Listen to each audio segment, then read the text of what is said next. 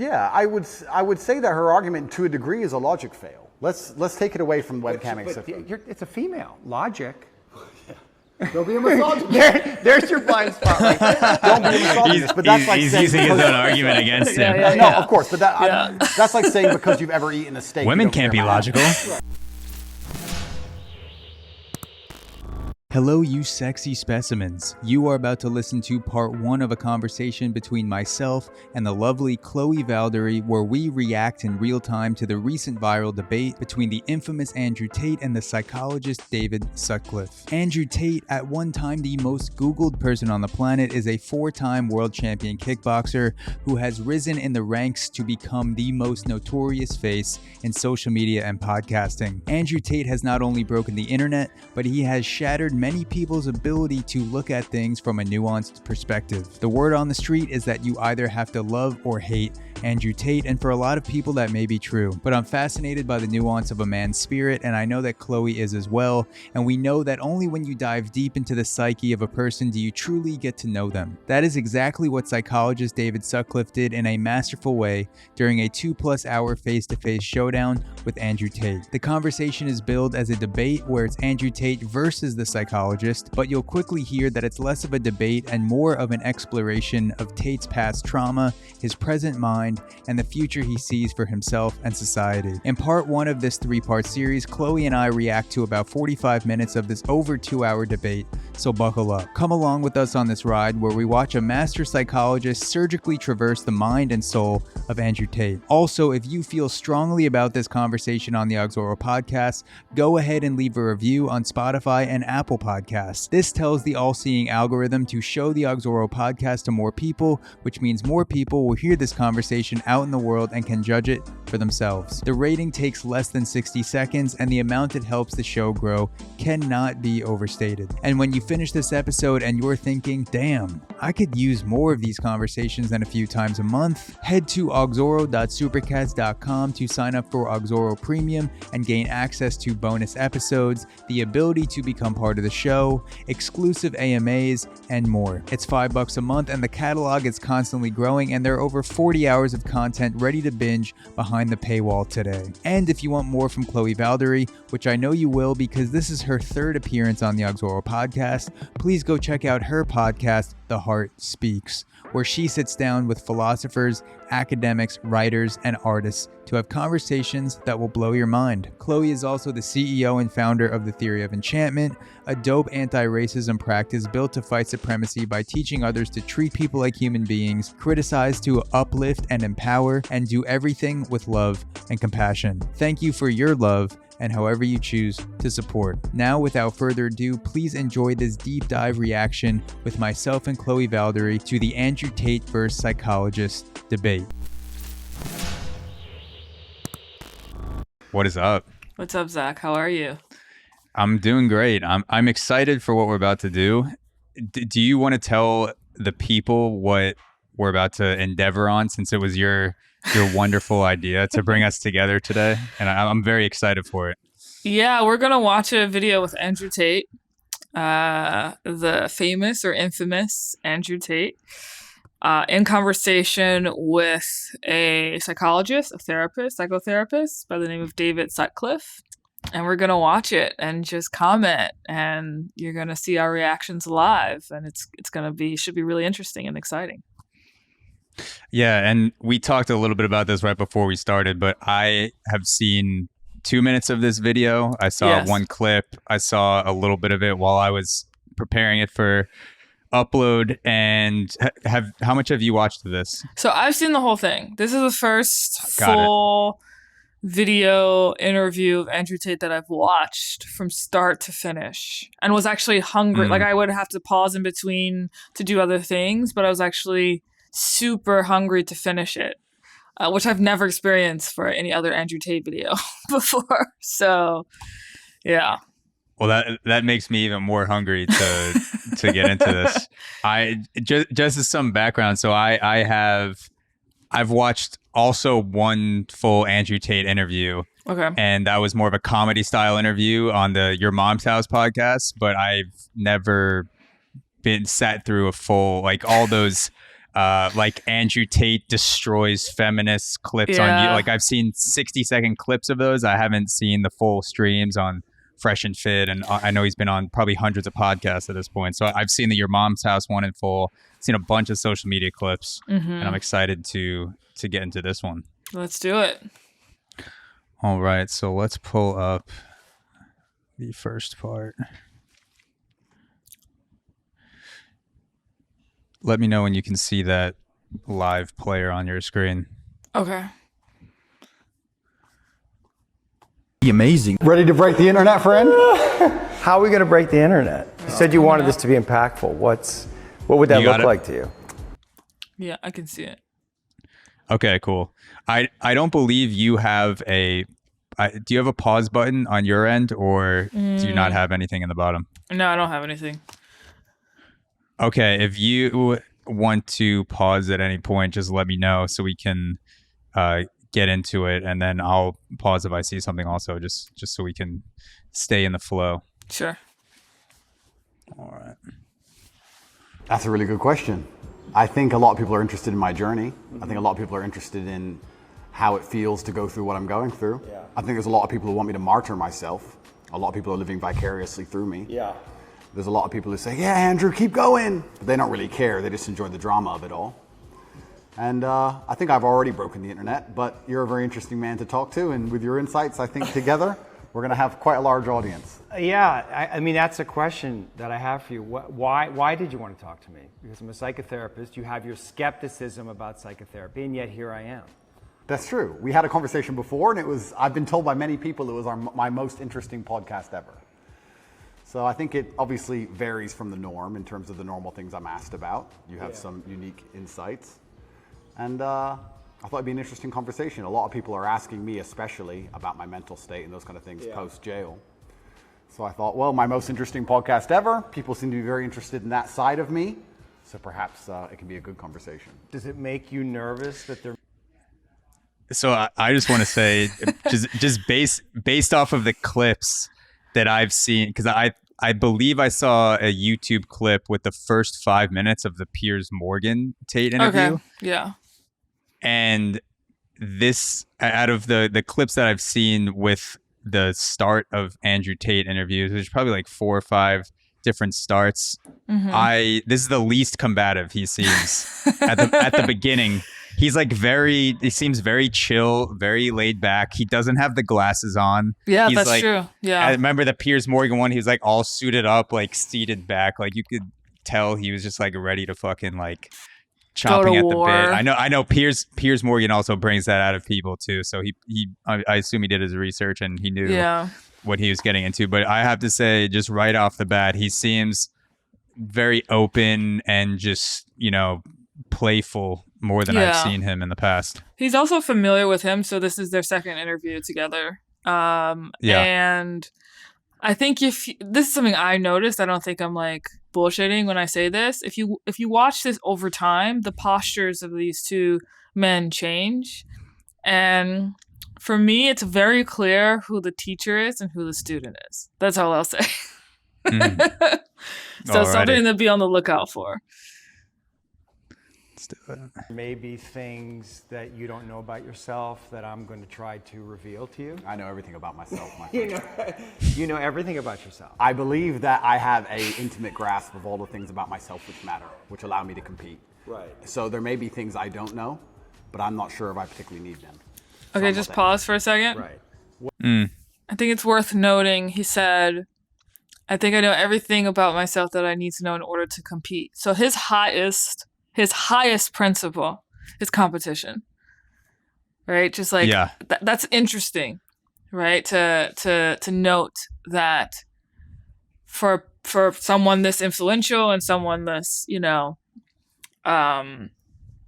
super impactful, specifically on the lives of many men, his highest principle is competition. So it's interesting, and it kind of brings me back to my days a little bit playing college baseball, and I'm now very fully washed up, but I did have a solid decade of my life from 13 to 23 where I viewed many things, and probably many more things than would be healthy to do through a competitive lens.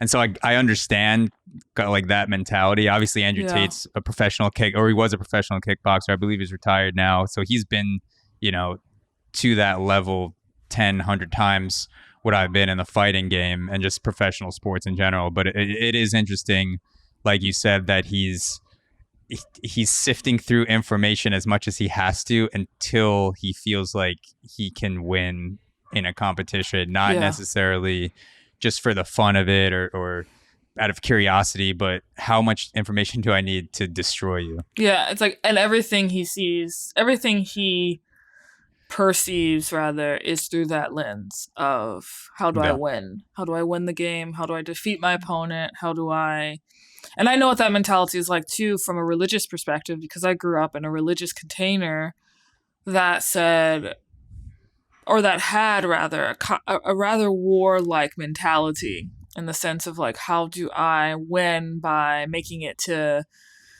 I don't know, the return of Jesus, or how do I win by persuading enough people to perceive my religion as the one religion to follow, right? So I also grew up with a bit of that mentality as applied to a different context, but similar way of perceiving the world. Yeah, 100%. What's useful is more important than what's true. Absolutely. Right, and you've developed a framework of thinking about yourself and thinking about reality that's been incredibly effective for you. Completely. Right. What's useful is more, you nailed it, what's useful is more important than what's true. This is an old argument of mine, but I think we discussed it in the last podcast, and I'll say it again. When I say I don't believe in depression, nobody can convince me to believe in depression. That's not a matter of discussing whether depression is real or not. That's a matter of me accepting that my mental model for going through life is more effective if I don't believe I can become a depressed person. Yeah. I don't believe in depression, so I can't be depressed, so that allows me to be more effective. It's not a matter of sitting there going, well, maybe it's true, maybe it isn't. I don't believe in it, so I can't catch it. You shape your own reality through the conviction of your thoughts, your beliefs, and the words that you use. Why else would you adopt any kind of mindset unless it's designed specifically to make you competitive and make you win? You install the software in your mind, right? So there it is again. If I'm going to install software in my mind, well, I've tried very hard to curate it. Right, because wasn't it installed by... So I've heard him make that interview in another clip, and I forget who it was with, maybe possibly Destiny, but the same thing about women drivers as with depression, where he says, I don't want to hear statistics about women actually being on par with men as drivers, because the women that I've experienced in my life have all been terrible drivers. So no data is going to convince me that men and women in general are actually pretty comparable drivers. And same thing with depression. Like I've never experienced like I'm talking as Andrew Tate right now, saying, I've never experienced depression. It's not a mental model that I accept. Therefore, I will not believe in the reality of depression as it exists in this world for himself and other people. So it's just interesting that he doesn't just say, I don't have depression and I don't believe that is an option for me, but then he goes on to generalize it as the reality for everyone else as well. And I also, this guy, like, I feel like I would have at this point taken the bait and just become very defensive. Sure. And this is something that I've, through podcasting, I've had to work on, where if I disagree with something, to not just like immediately just like fucking like try to bite someone's head off or go on the defensive, but just say, like, frame their argument back to them like he's doing. So you view the world as X and, get him to open up even more, rather than just stop him right there. And then it becomes like a Piers Morgan style, punch for punch. It is ironic because David is taking the opposite approach of Tate, right? Tate is articulating this idea that the highest principle is competition, that the highest aim is to defeat your opponent. But David, in what I could describe as a kind of battle, doesn't do that, right? He simply reflects his opponent, and he asks questions And he probably doesn't even perceive Tate as an opponent in the first place. So he's dealing with a different mental model entirely, right? And so then the question becomes a meta question of which mental model is going to win out, right? Yeah. So yeah, it's interesting. Like Tate has a very shape-shifting rationalization like toolkit. So whether it's talking about women who drive or speaking of depression, like he will shift whatever his rationale is simply to try and prove that he's correct, or simply to try and prove that it's useful. You know, so it sort of becomes a self-fulfilling prophecy in that way. Yeah, his Overton window of reality is constantly shifting to fit his own goalpost. To change his perspective. Yeah, that's a great point. Your upbringing wasn't installed by your mother and your father in some way before you were conscious, while you were just a developing child. Like something got programmed into your psyche that has to have an impact on you. And those things can't necessarily be known because you were at such a young age. Absolutely. We're all programmed to some degree. I agree with you on this so far. I don't think anybody can escape programming, whether it's society, whether it's a television show, whether it's the people around you, peer pressure, whether it's a religion. We're all programmed to some degree. That's absolutely not really true. What I have done, and what I think most people do not do, is heavily analyze why I hold the beliefs I hold, why they help me. If I don't hold the belief personally, or if I didn't learn it from personal experience, I know where it came from, who tried to teach me that, whether their intentions for me were good or bad. And I've tried very hard to have my mindset rigidly analyzed and make sure that it's put together in a way which benefits me completely and absolutely. And I do not believe in things that take away power from me. Right. I refuse to do that. I would rather say that they are not real. And people will sit here and argue to the end of time that they are real, but they're not real in my world. And I live inside of my mind. So even if you throw me in a Romanian dungeon, the idea that I become a depressed person is not a framework that my mind works within, so I can't become depressed. I can feel a little bit sad, sure, I can feel depressed, but I can't be depressed. They're very different things. It's interesting that he like conflates sadness with depression. And they're not the same things. I'm guessing they'll probably get into his childhood because he's a psychologist or a psychiatrist. He's a psychotherapist, yeah. Psychotherapist, okay, yeah. So I'm guessing there's some childhood things that might have to do with the sadness versus depression, or not feeling like he can be sad and be okay.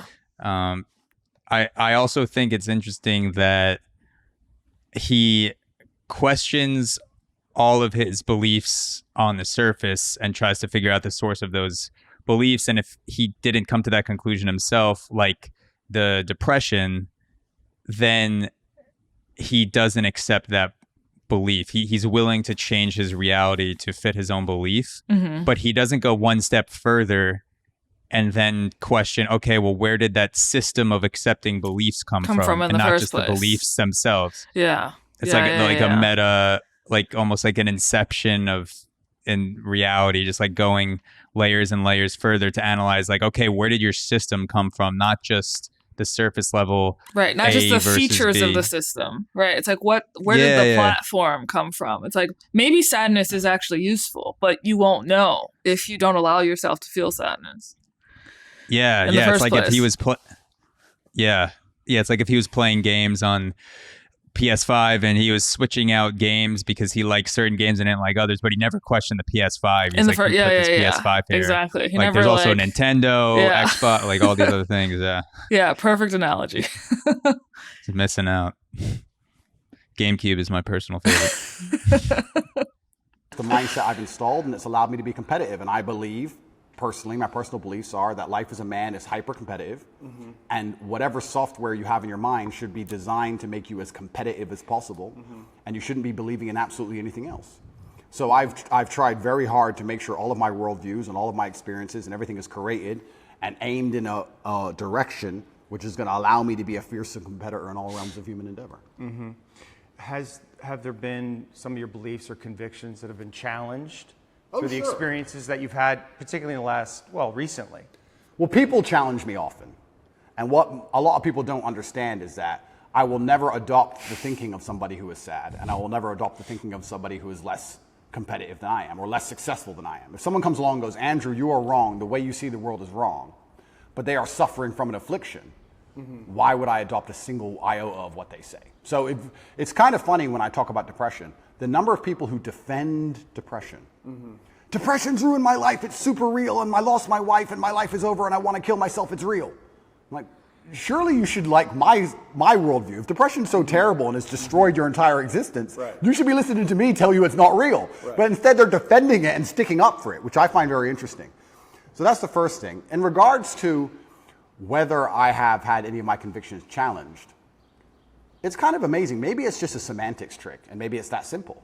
Maybe it's as simple as saying, I feel a little bit depressed today, but I am not a depressed person, and I cannot become depressive. I'm not going to have depression. Maybe it's just a semantics trick, and by saying that alone, I understand that it's a temporary state of mind, which I can alter and I can affect, and I've never struggled with long-term depression or long-term negative thoughts because I don't believe in that mental model. I think that your mind, like I said, it's software, it's programmed in, and they say inside the Matrix or in every single video game, there are boundaries and there are limits. There are certain things you can and can't do. And I don't believe my mind can be put in a state of permanent negativity. I don't believe in that. I don't think it's possible. So I will say, just right quick, that I think it's interesting that Andrew is the person who's bringing up depression. Right? Like, Yeah. I don't know no one asked him about depression. Right? But that's like the first thing he talks about. Interesting. That's all. I don't know how many people he's spoken to who actually have depression or suffer from depression, because you're right. You were talking about it before. Like, he uses sad and depression or depressed as interchangeable with clinical depression, and sadness or someone who's temporarily depressed. There's an object of their depression. If you go through a breakup or you get in a car accident, there's something to look at that goes, oh, this is why I'm feeling a bit down for the next day or maybe few weeks. But to be sad and to have some sort of chemical imbalance in your brain with no object and this feeling of this is going to last forever and I can't get out of it is very different than what he's describing. Yeah. A lot of conflation happening for sure. Yeah. Form of depression or depressive feelings and sadness in prison. What were the thoughts that were coming up? What was happening? Well, there's a lot of uncertainty, which is the first thing that has to be scary. It is scary. It's scary. And also because you're a man who's totally in control of your world, of your life. And that's almost like an imperative for you. Correct. And that gives you power. And all of a sudden you're thrust into a situation where you're essentially helpless. Well, you just nailed it. You completely nailed it, because I was exactly about to say it's the uncertainty that I struggle with the most, because in my life, I'm in charge of everything. I know exactly how everything works, and I'm the boss, and I get to control absolutely everything. And this is the first time in a long time I'm in a scenario where I have no power whatsoever, no influence, basically. I don't know what's going to happen. Nobody else knows what's going to happen. And also in my world, I'm the hero, right? I'm the head of the clan. Not just my family, but of a lot of people. A lot of people rely on me.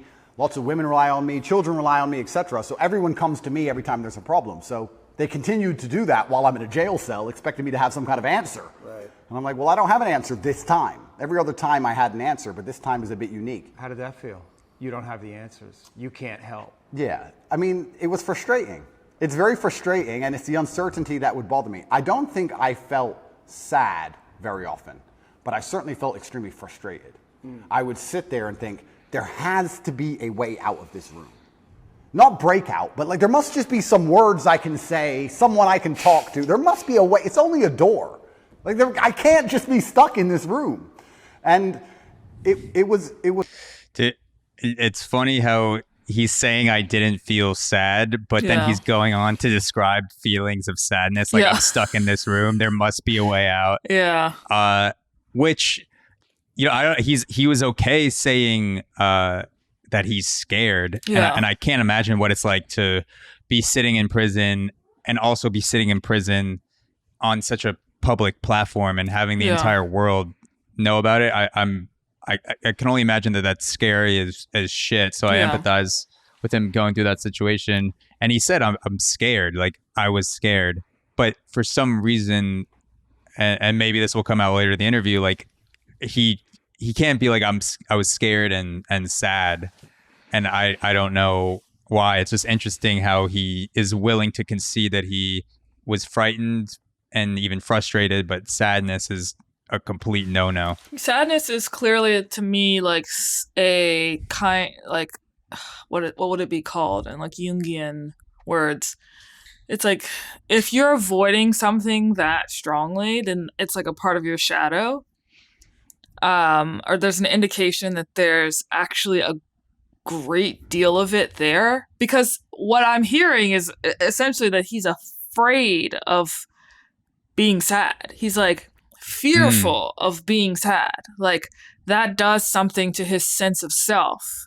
To even conceive that he might be sad is like, oh no. And then the question is like, well, where does that come from, right? Because earlier he said he's analyzed all of his beliefs, right? But like, have you analyzed where that particular relationship with sadness has come from in the first place?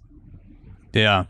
And according to his system of beliefs as a competitor, if he was fearful of sadness, then it would be his duty to conquer sadness and really sit in it and experience it so that he did not have feelings of being frightened associated with that. So it's kind of like it's almost like he's saying he is without actually saying he is. It's like a weird roundabout. It's like the words aren't making sense.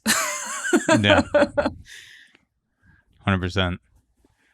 It's hyper frustrating, yeah, and the uncertainty of it is also scary because in my situation, every 30 days they decide if they hold you longer or not, and I was encountering people who had been in there for years in my scenario. So. Well, the uncertainty is a form of torture, really. Oh, absolutely. Yeah, it's torture. It is torture.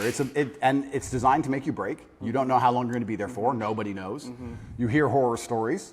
You see other people getting out who've done worse things than you after a week because they've signed a piece of paper or admitted to something or whatever they've done a deal. And you're sitting there and it's hyper frustrating. And I think you have two choices as a man often when bad things happen. I feel like you can maybe get depressed and sad about it, but the other outlet's usually anger or a form of anger. I felt like anger was more, in many cases, anger is more effective, I guess. It's more useful. You were angry in there? I wouldn't say I was angry, but if I started to feel negative, I could turn it into frustration or anger, which I could at least alleviate with 2,000 push-ups. Right. It's better than feeling sorry for myself. Right. I feel like if I had to choose one of the two outlets, deciding that just I thought he was gonna say maybe I could alleviate with meditation or distracting my, but like the fact that his medicine is push-ups. Yeah. That says a lot about his mentality, and I actually commend that because when I'm feeling super anxious, one of the things that feels terrible to do, but is usually the answer is to do something physical and kind of distract yourself. Yeah, move around, move your body. So the fact that he was able to recognize that and, bang out not 200 but 2,000 push-ups. As a response to that, is pretty cool in that situation. A lot of people would fold feeling that anxiety just sitting in a prison cell and succumb to that. For sure, yeah. To use controlled anger was more beneficial than sitting around feeling sorry for myself. I don't ever believe in moping or feeling sad. So when I was at my worst, perhaps I was a little bit angry. But then again, I also think I do that in my normal life. If I'm honest, I don't think anger is a necessarily bad thing. I think that misdirected anger is a bad thing. I think if you get very angry about scenarios and you put it in the correct direction, you get unlimited motivation and you get a lot done. The water behind the dam, it can be destructive, but if it's pushing through the turbine, it powers the town, right? So if I wake up and I go, I want more money, if I can get pissed off enough about it, I can do 36-hour work days, right? So there's nothing wrong with being angry in my world as long as you are putting it in the correct direction. It's uncontrolled anger, I think, is a problem. Right. Anger can be used as a fuel, and it's necessary. And from my framework, anger sometimes is a mask for pain. I'd agree with that. So did you experience pain in there? I know pain is a kind of an abstract word, but was it painful for you? Like, I want to know about your pain. Yeah, it's strange because I'm being as honest as possible. It's strange because I had this instilled sense of duty where even though I'm in a jail cell and I can't leave, and even though I'm cripplingly bored, I don't feel like I had time to feel pain, or I didn't feel like I had time to be a victim. You had nothing but time. No, I didn't have time. What are you talking about? Because everyone outside still relied on me.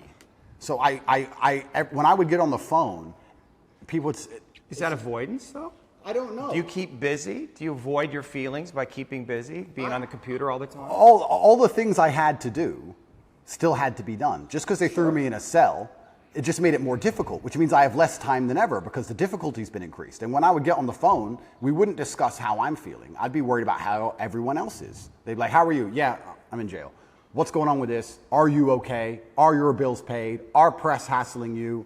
I was worried about fixing everyone else's problems from jail more than I was concerned about myself or my own mental well-being. And if I felt particularly, when I say pain, is an awkward one. I don't know if I felt pain because I don't feel sorry for myself, and I've developed this mindset of such absolute accountability that even though what happened to me I believe was unfair, and even though I'm completely innocent, I didn't think, why? I didn't think, why is this happening? I didn't think, why me? I didn't think, oh, this is unfair. Like, none of these things crossed my mind. I was like, this is garbage. However, you can't become the most Googled man in the world without, with every light has a dark, right? Like, let's be realistic about this. Yeah. I'm thrown in a jail cell. Do I belong here? No. But am I here? Yes. I was pretty logical about it. And I was like, okay, I've got a lot of things I need to get done. And I would feel angry if I couldn't get them done. But I don't think I felt pain. Now, I'll admit I don't sleep very well since I've left. Why? I could admit Do you that. know why? I heard you say in one interview that you have nightmares. I do have nightmares, yeah. What are your nightmares about? I don't think they're about anything. I just have almost like an adrenaline rush out of nowhere while I'm sleeping, and I shoot up. I bolt awake. No thoughts, no memories, no real visions? thoughts, no real story. Fear. That's fear. I guess it is, yeah. So so let's just, you're dreams are a reflection of the unconscious. And if you're having nightmares, there must be some unresolved fear that wants to get worked out. I believe so, but then also, I love the idea of that. Of having unresolved fear. That sounds like the most interesting thing in the world to me. If someone were to say to me, Andrew, take this pill and your unresolved fear will vanish, I would say absolutely and utterly not. That's not fun. The fun is there's something in my mind which I don't have complete control or complete understanding of yet, and it's not detrimenting my day-to-day life really. Okay, I lose a bit of sleep, but this sounds like an interesting journey. It sounds like I'm in a new level of the video game and I've been thrust into a dark forest and I get to do something brand new, and I'm really genuinely not worried about it. You're not worried. So there's an attraction to fear there, right? Like there's an attraction to fear. Like fear excites him. His eyes lit up when he Yeah. said, "Do you feel fear?" And he's like, "Yeah, that's amazing to feel Yeah. fear." It's interesting because I think there's a shadow side and a light side of that. So the light side of it is to continue with the video game analogy, when you do enter into a new level of a video game and you encounter monsters of a new level, it's that is super exciting because then you get to test out your new skills to see if you can actually defeat those monsters or conquer those monsters. I feel like that's the light side of it. But then the shadow side of it is I can't help but this doesn't come up later, so I think it's relevant. I can't help but remember Andrew telling the story of how his father, we talked about this in your podcast, his father as a 5-year-old kid made him stay up all night inside of a dark room because he wanted a nightlight like his friend had, and because he was afraid of the dark. And his father basically penalized him by forcing him to wrestle with demons as a 5-year-old kid in the dark for however many hours he made him do it. And I feel like from a from the perspective of a child, I can imagine being attracted to whatever consequence my parents imposed upon me as a child as a matter of discipline. Like, my parents definitely were super harsh in their disciplinarian code on me and all of my sisters. And there's a place where there's like fear involved, fear of the parental authorities in my life. But that fear, I am attracted to it on some level because it also codes in my child brain as love. Right, so I code that as, oh, my parents love me because they're doing all of it. Yes, they're putting the fear of God in me, so to speak, but that they're telling me that they're doing this because they love me. So then my attraction to fear as a result becomes like commingled with what I think love is. And so again, if we're really engaging in the act of questioning where our mental models come from, or analyzing where they come from, like, this would be a question that I would encourage Andrew to ask himself is like, first of all, notice that you're attracted to fear, and then ask yourself, why might you be attracted to that? Without judgment, but just like get curious about that in the first place. Yeah, and that example with the nightlight where his dad is making him sleep in the dark when he's afraid of it. And then also he views, every time I've heard him speak about his dad, he speaks about him as this, a loving figure that cared about him. So there's also that association with my dad instilled fear in me. And he also loved me and used it as a form of love. So now I associate it with that attraction of feeling fear is, like you said, a form of love from a person or from the universe or just some sort of situation. I also like how the psychotherapist David Sutcliffe, it seems like he conceded that Andrew Tate will not admit that he feels sadness, and then he asked him if he feels pain, which is a symptom of sadness. So he's like approaching, he's like all right, like we'll talk about something else for a little bit. So like I wouldn't be surprised if he comes back to it, tries to like backdoor the sad question again and see if he has a different answer further down the line. It is very odd to me, though, that Andrew was like pain is a neutral, especially as a fighter, right? Like, pain is a neutral term in my mind. Like, it doesn't have positive or negative connotations. It's a part of life. But like, he finds it very hard to even admit that he experienced pain. Again, because he associates pain with sadness, or he associates pain with self-pity, or he associates pain with, moping about.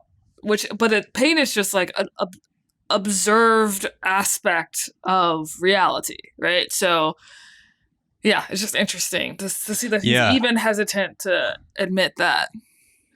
Yeah, I'm interested in what does he view as the competitive advantage of acknowledging fear that he doesn't view as a competitive advantage of acknowledging that he experiences pain. Yeah. So I have no idea, because both of those, they're neutral things. They happen to you and they're caused by other things and you feel them. So I'm looking forward to how he expands upon that.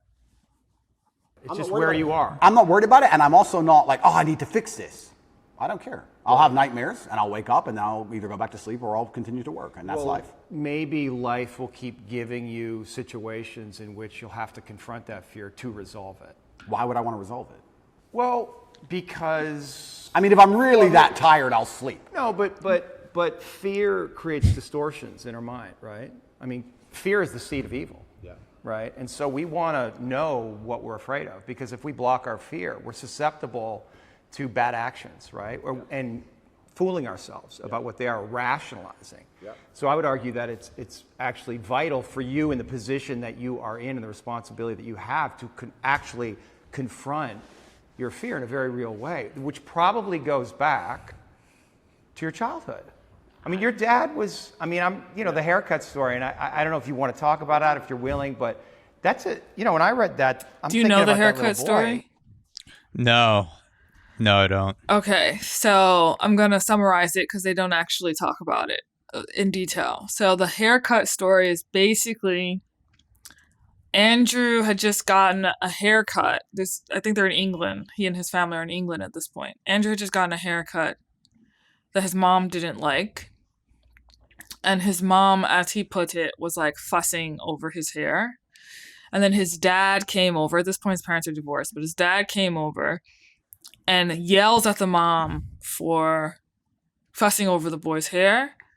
And then is basically like, F this, and then takes Andrew to shave his entire head. Like, just get it cut off entirely. Get his hair cut off entirely. Someone fact checked me on this. I'm pretty sure this is what happened. Because I remember when he tweeted about this. And he's a kid. He's a kid. Boy at this point. He's a kid. And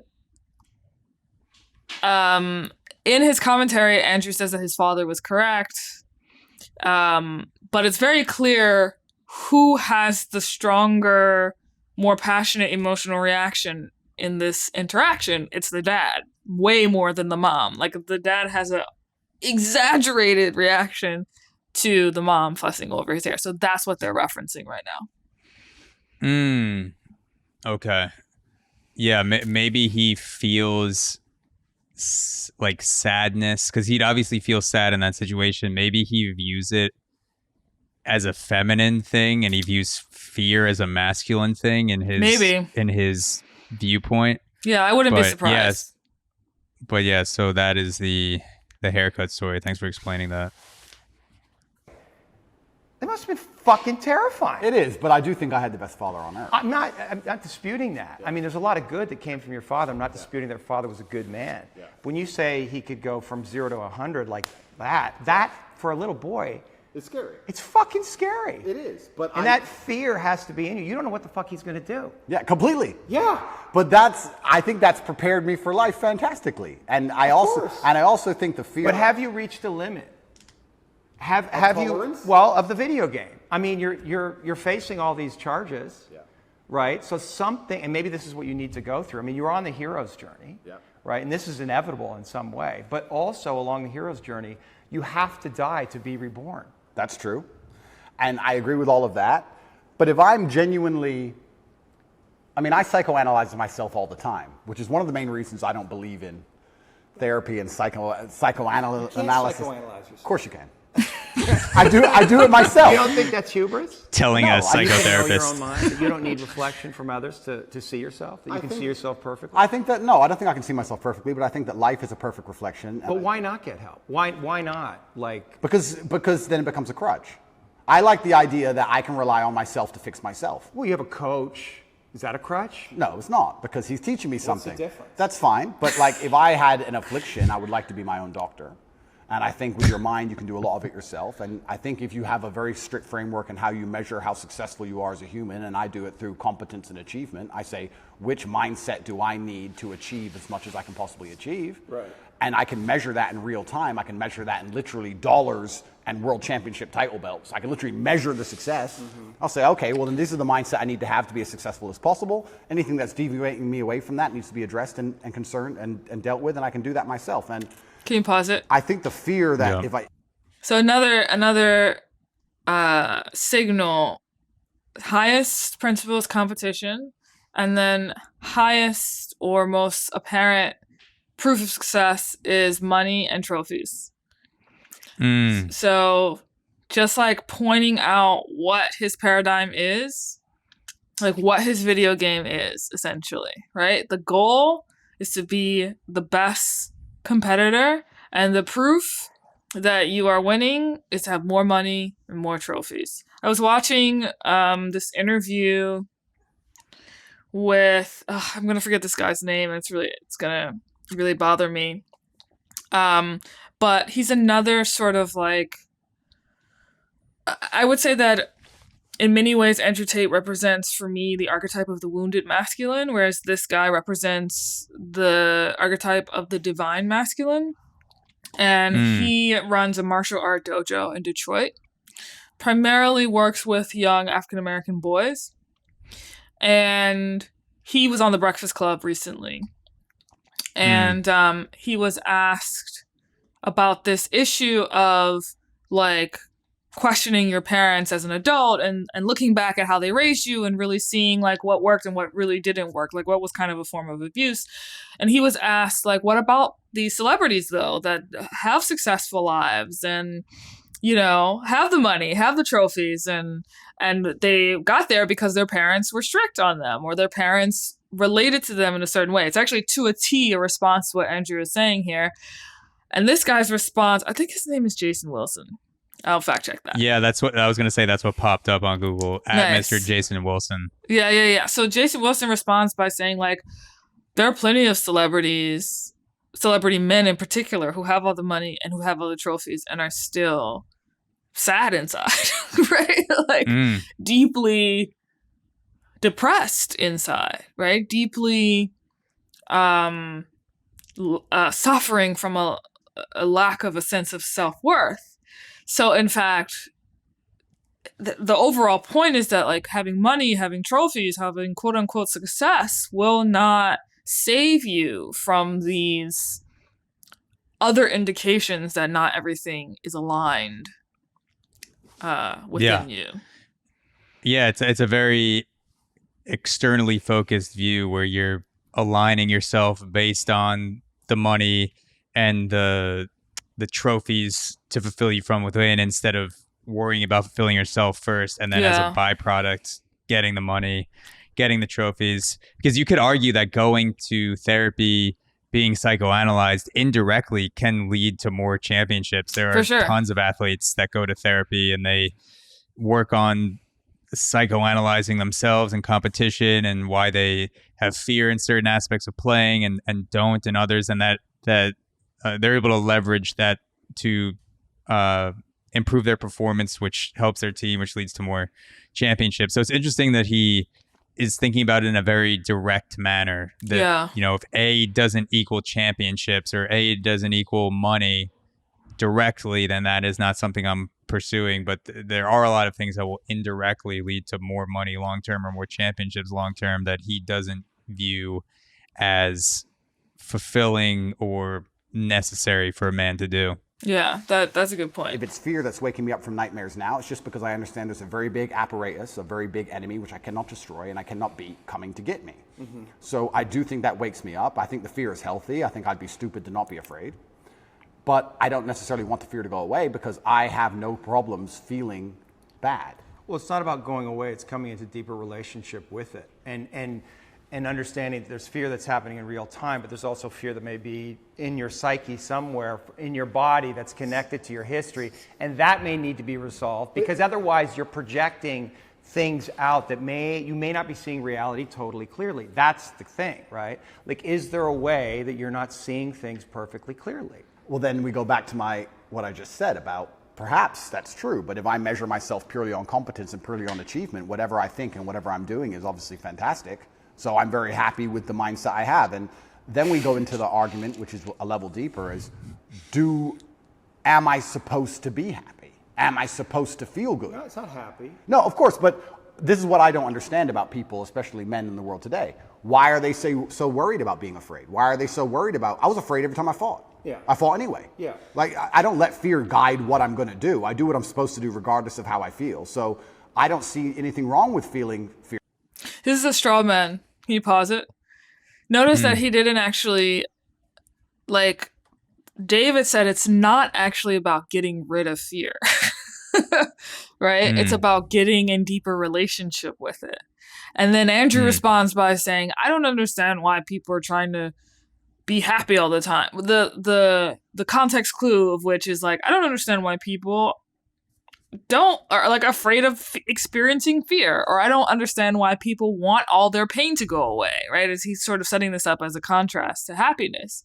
But that's precisely what David challenged. The point is not to be quote unquote happy all the time, or, you know, have the pain or the fear go away. The point is to enter into deeper relationship with it, right? That's the point. So yeah, 100%. Yeah. Fearful. I don't see anything wrong with feeling stressed or under pressure or anxious. All these things men are trying to get rid of. And I talk about men specifically. I gender this because I'm a man. I don't know how it feels to be a woman. In But this all these context, things he'll that people only are trying very hard to. in this context he'll only talk about what it means to be a man and not what it means to be a woman, which is funny. Yeah, he knows how it feels to be a woman driver. Yeah.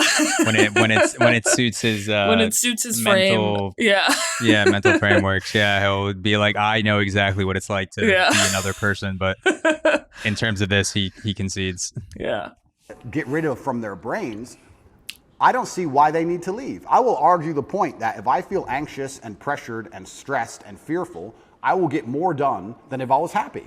I think if I was happy, I'd just be hedonistic and just wasting my time. I think that you get a whole bunch done with these negative connotations and negative emotions, and I think that life is suffering and pain, and you're here to go through it, and the sooner you get used to the taste, the more successful you're going to be. I have no interest in trying to change the flavor, my friend. The flavor of life is pain, and I will eat all of it. And it doesn't matter if they put me back in jail or not. I'm not sitting there going, how can I be happy in jail? I will sit in jail and say, yes, this sucks. It's supposed to suck. Yes, I'm not enjoying this. Yes, I'm anxious and paranoid. And yes, that guy might stab me. And yes, I can't sleep. And I miss my family. And this is what's supposed to happen to me. And this is how I become the best man I can possibly be. And I'm going to succeed regardless. I almost feel like I'm watching a post-fight interview with someone that just knocked someone out, and he's just going, I will eat pain. I will eat all of it. Throw anyone at me. I'll eat your fucking head off. Who's next? Who's next? And he's like, you could feel that fighter's spirit For sure. come alive right there. For sure, yeah. You're very convincing. You're so good, though, right? It's almost like I feel like you can rationalize anything, right? It's almost like a trick. Magic trick? Well, you're really good at talking. You're really smart, and it's almost like any question you can turn and make it work for you, which is great. It's a skill, but there's also a place where there's the potential for self-delusion. Oh, absolutely. And I'm not even going to sit here and say that I'm not delusional to a degree. I'm not saying that self-delusion doesn't exist. We all are, right? Let me give you a very simple example. Let me try and use an analogy. I think the only thing better than having everything you want is not wanting anything. Right? So I have every car on this planet. I have 40 supercars. Most people want a supercar. I have 40. But there's that unique 0.1% of people who genuinely don't want one. And I think that's more freeing than having everything you want. Right? So the true mindset is not wanting anything. Most people, the best they can do is having everything they want. And I feel like you can kind of do this with the emotions as well. I guess my general consensus is that I don't think I can change or affect the world to the point where pain and suffering and bad things are not going to happen. So isn't it best if I just enjoy all of that? Doesn't that make me as powerful as possible if I say, oh yeah, okay, this is going to suck, good. I mean, I do it when I fight. Yesterday I was fighting, right? We were doing 12 rounds and all of us were destroyed. And the more he hurt me, the more I wanted to hurt him back. The more he hurt me, the better it felt. The more powerful I felt, the more he hit me. Because then it's my turn, right? So if I can't stop him from punching me, and I'll do my best, but if I can't, then surely you should learn to enjoy it, right? And I don't think you can stop life from hitting you. And I don't think you can stop life from giving you unexpected surprises. And I don't think you can stop yourself from feeling sometimes sad or anxious or upset. So I think the best mindset you could adopt is finding that engaging and exciting. I'm not going to lie to you. Although I am facing very serious charges, and although they are trying to destroy my life, and although I cannot sleep the same, and although they're out to get me, and although I've suffered, part of me is excited. Part of me is like, okay. Why? Because it's a war. You like war. I think all men do. I do. Yeah, of course. All men do. Yeah. So it's a battle. It's exciting. Yeah, it's exciting. So I'm not saying I'm glad it happened, because I'm certainly not. And I'm not saying I'm going to win. But I'm saying that I've trained myself to the point where if I were walking down the street and 10 men were to pull knives on me, I'd be intimidated, but 20% of me would go, this will be one to remember. Do you have I forgot who said this, so it's going to kick me in the nuts because I can't remember it. Yeah. But the saying was, the most important thing as a competitor is knowing when to compete.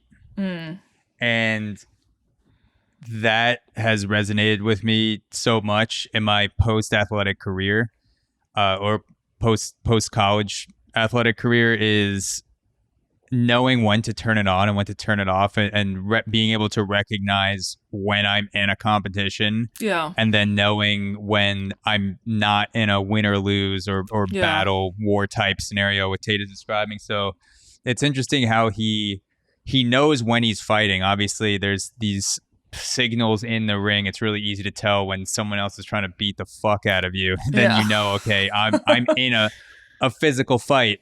Or when you're in a debate, like when there's a very specific style with a moderator and you're refuting other people's points, and this strikes me more as a conversation than a debate. But like you have these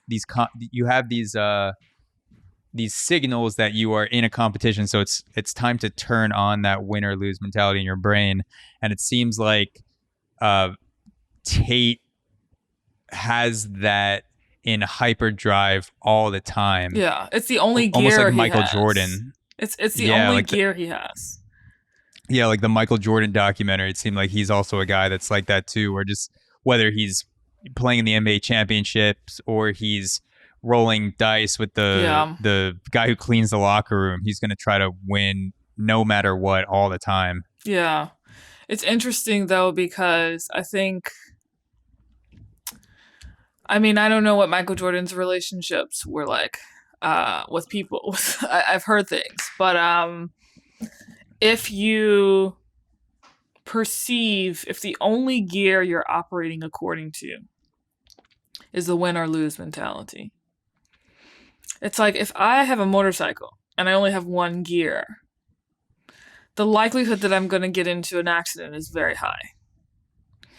And if you only perceive the world through this paradigm, then either someone is a friend or an enemy, right? Either someone is trying to encourage you to win or trying to defeat you. And this is where the delusion comes in. This is where the fear-creating distortions comes in, right? If you see everything as an enemy, or every other human being, or every other scenario as a potential enemy, then the dogma with which you must move throughout that ecosystem will ultimately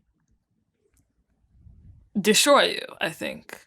I'm also thinking of like Black Swan for some reason. That film is coming up for me. Like with Black Swan, if Black Swan is perceived as a video game, Natalie Portman's character, the goal is to win, right? The goal is to win the role of the Black Swan. But of course, like as her coach or ballet director tells her, it's like, you need to actually learn how to be spontaneous to be the Black Swan. You can't be just like rigid forever, because that's part of the Black Swan's character is her ability to be present. And this will, well, spoiler alert, this will come up later, right? Be present. And Natalie Portman's character cannot become present. And she ends up sacrificing herself, killing herself in order to become Black Swan. So like, it's a, like David said, it's a beautiful skill, but it can destroy you if it's the only gear that you have, that you're operating. If it's the only framework that you're operating according to, then it could end up destroying you. So, yeah, that's a great point. And for example, like if you're, just to go back to the fighting analogy, if you're constantly in that single gear of competition, you might confuse someone reaching out towards you to help you as someone throwing a punch, because they do look very similar. Yeah. And so if you view everything in life as some sort of maneuver for someone trying to conquer you, like even like you do a lot of things in fighting that are to set up shots to injure someone, and it's not always, you're not always hurting someone right away. You're feinting, you're moving to the side, you're setting up combinations, you're throwing fake kick, like you're doing a lot of things that in other circumstances wouldn't be a threat outside the ring. And so if you're viewing yourself in the ring all the time, there may be someone who's actually not trying to fight at all. Yeah. But you perceive that as a violent action, and so you automatically become defensive. Yeah, and then you actually end up creating self-fulfilling prophecies because now that you're defensive, the likelihood that that other person will become defensive is increased.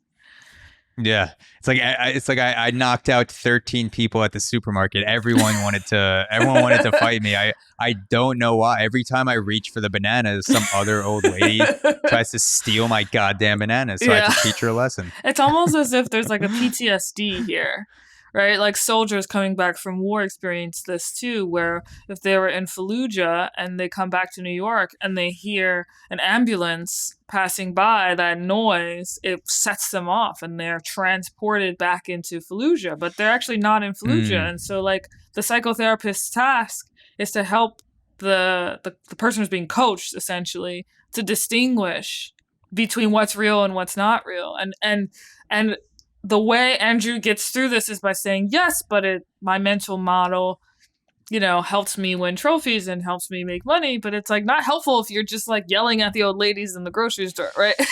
Yeah. So. Yeah. Yes. I mean, some of them hit back, but 99% of the time, they just they want to give you a kiss on the cheek or just ask for your help. Oh, before you press play, sorry, one quick thing. Have you seen Midnight Gospel?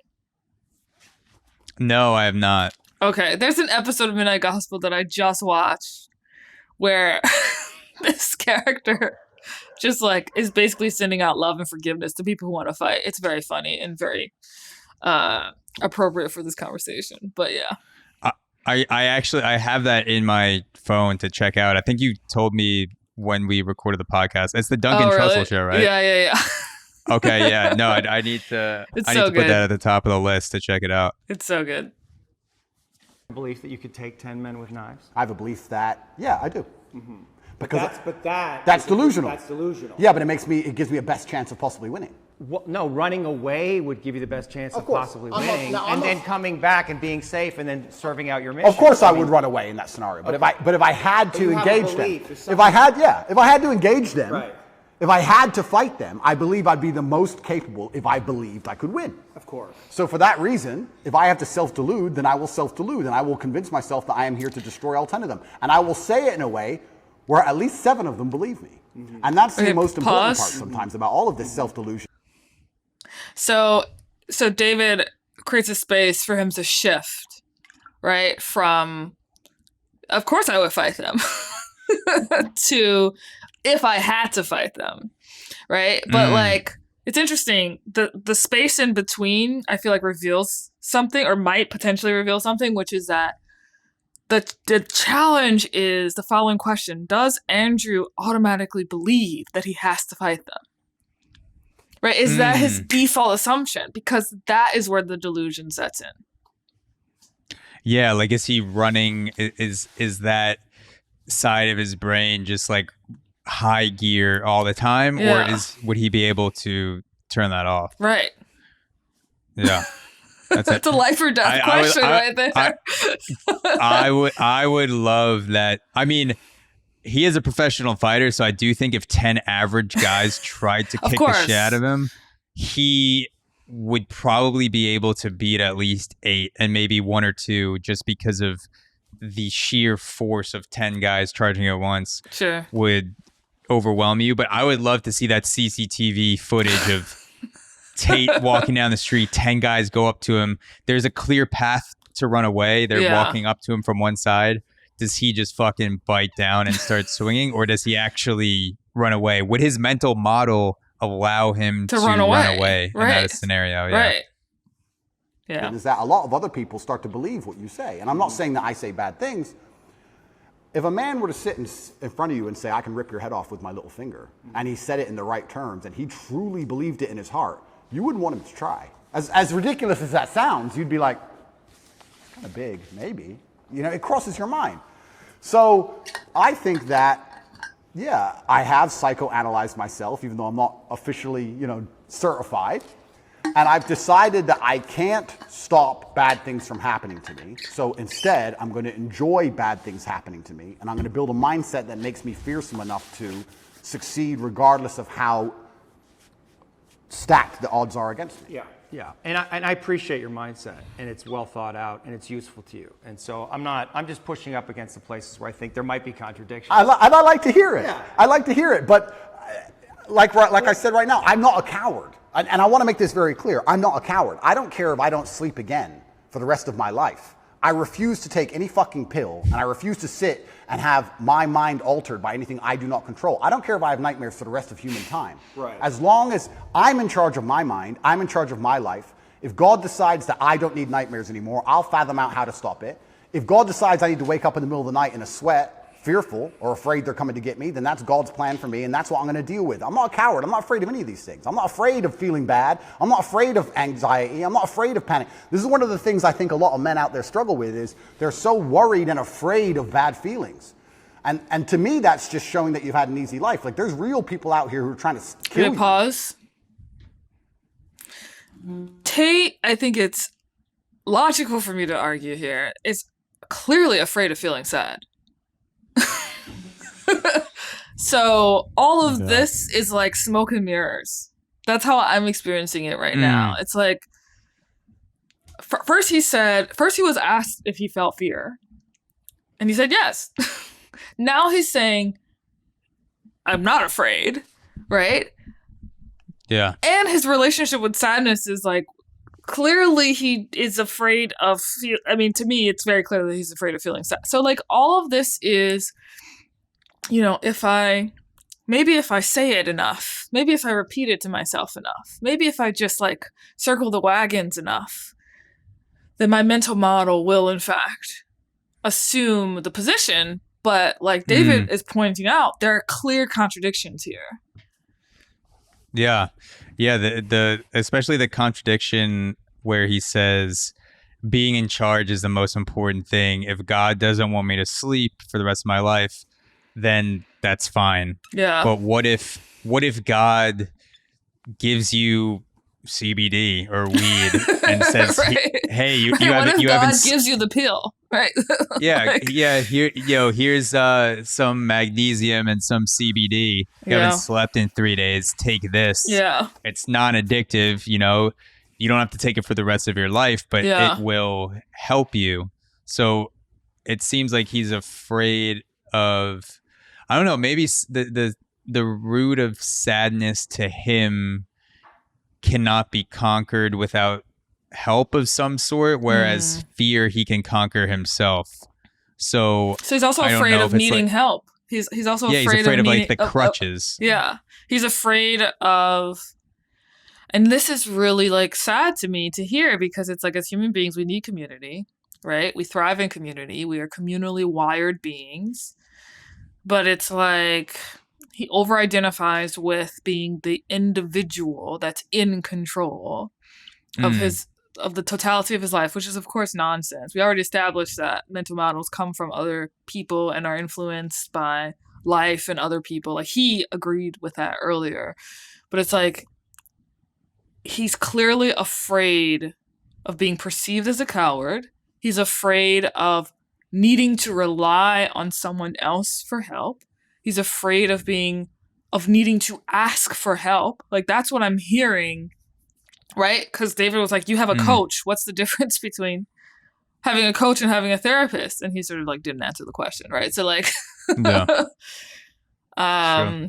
yeah. There's different degrees of it too, because I totally identify with feeling the fear of relinquishing control and wanting to be in control of your body and your mind, and not creating a crutch with certain substances. I have that fear whenever I take something new or when something works. I go, is this going to be a forever thing? Sure. Is this something I'm going to take every once in a while? I recently came back from Japan. I think this was a week before we recorded the podcast back in May, and I was having so much trouble sleeping. I never took anything for sleep other than just a basic melatonin, or not a melatonin, a magnesium pill or apigenin, the things that Huberman recommends, these supplements over the counter, and it was just not having a good effect on me. And so I was looking at other things that were stronger.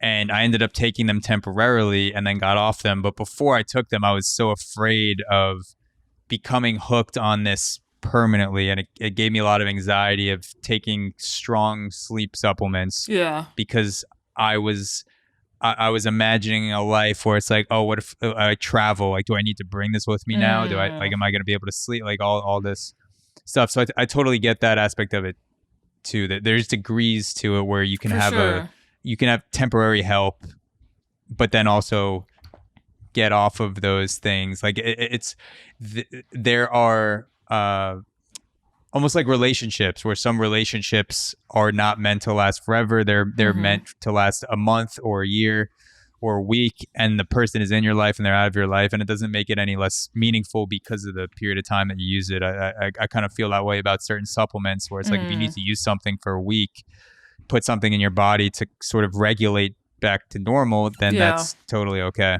There's also just like, it's interesting that you say that. Like ever since I did ayahuasca in December and read a book by Terrence McKenna, the like shroom guy, this summer called Fruit of the Gods, great book. You guys should check it out.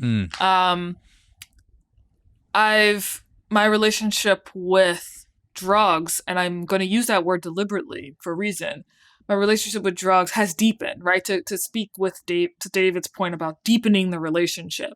And what I mean by that is like, after I did ayahuasca in December, I realized like, oh, wait, right. These things are plants, right? These things come from the natural world and they can be chemically modified or altered or whatever. But all of these fundamentally, whether you're talking about the chemical processes or the plant itself, are natural processes that come from nature.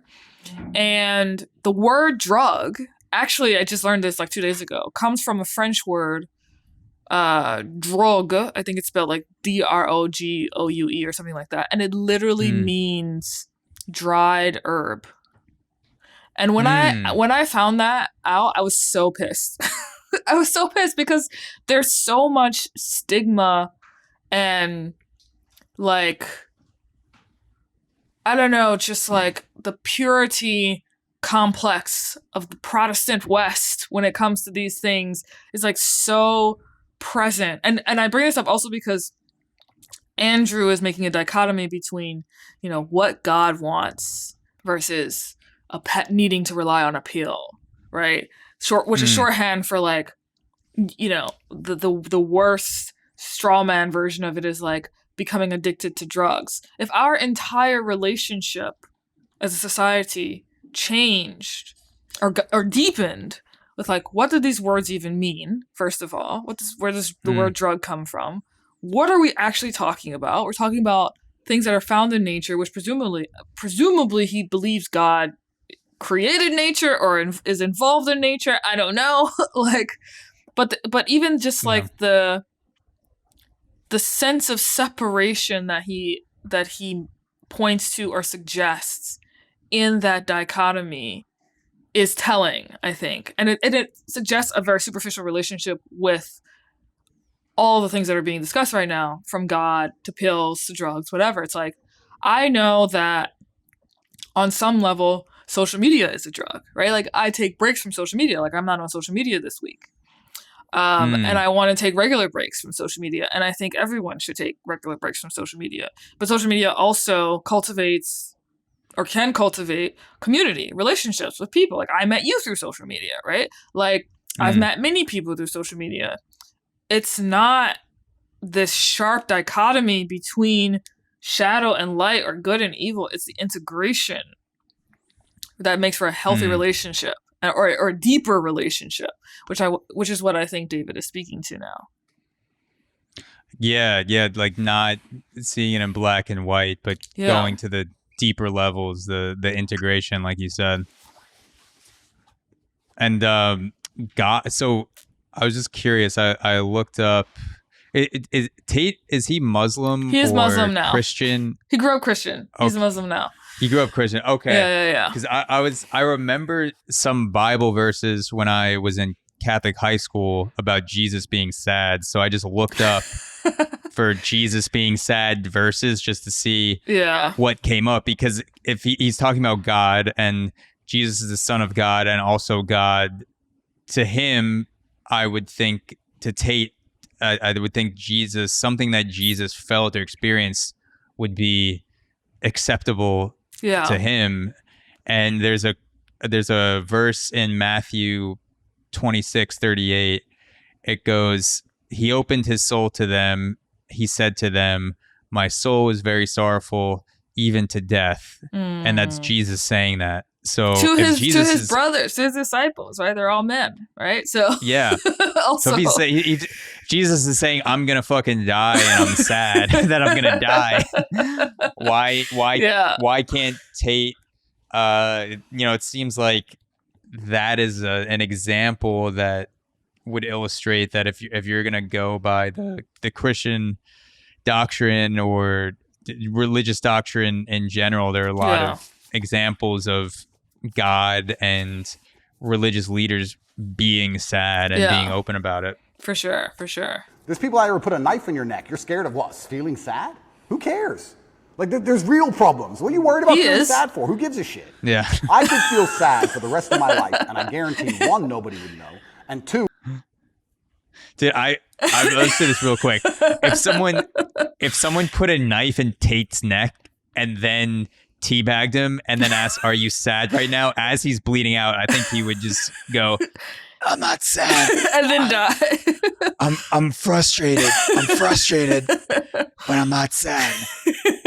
Even to death. Yeah. It's like, it's sort of like too on the nose. So he moved the goalposts again, right? He moved the goalposts to like, I don't feel sad, to like, even if I do feel sad, who cares? You know? Yeah. He reveals himself more and more throughout this conversation. Yeah. And I just want to clarify, I know I'm talking a lot about Tate and saying things about feeling sad and why he's not acknowledging sad. In all these situations he's talking about, I would be sad or scared as shit. So I'm not saying in any way like I'm above this in any way. Like I'm like, I would feel sad if 10 guys attacked me and tried to stab me in the neck, or my dad shaved my head when I was 5. Those are all really good excuses to feel sad. But I think that's the point, Zach. It's like, it's normal to feel sad. Yeah. It's like normal, healthy, deeply human to feel sad. I feel like we need to sit Andrew down to watch Inside Out, the Pixar movie, just so he can like like get in touch with his emojis. His emojis, It's like that's a normal feeling. It's a normal human feeling to feel sad. Yeah. I would be monumentally successful regardless. So why are we even talking about it? I have no fear for a negative feeling. I have fear for me not being able to provide for my children. I have fear for people who rely on me not being provided for and cared for. But I don't have I don't wake up and go, I'm worried if I might feel sad today. Who cares? Who cares? I can be happy or sad on the same day. Nobody notices and the same things get done. The exact same amount of work gets done. Nothing changes. How are you making sense of what's happening to you? Is it God's will? Is it a co-creation? In some way, did you co-create this? Oh, no. Or are you just like a victim of the Matrix? No, I'm not a victim. So absolutely everything is, I believe. In some way you're a victim. Completely, but I believe in self-accountability. Sure. I could have prevented this. Well, how did you co-create this? If let's completely. I created this by being monumentally successful. Right. There's no light without dark. Equal and opposite force. But you said you were excited about it, so maybe there's some way you actually wanted this. I didn't want this. In fact, I had conversations with Tristan for a long time, and I kept saying Icarus to him.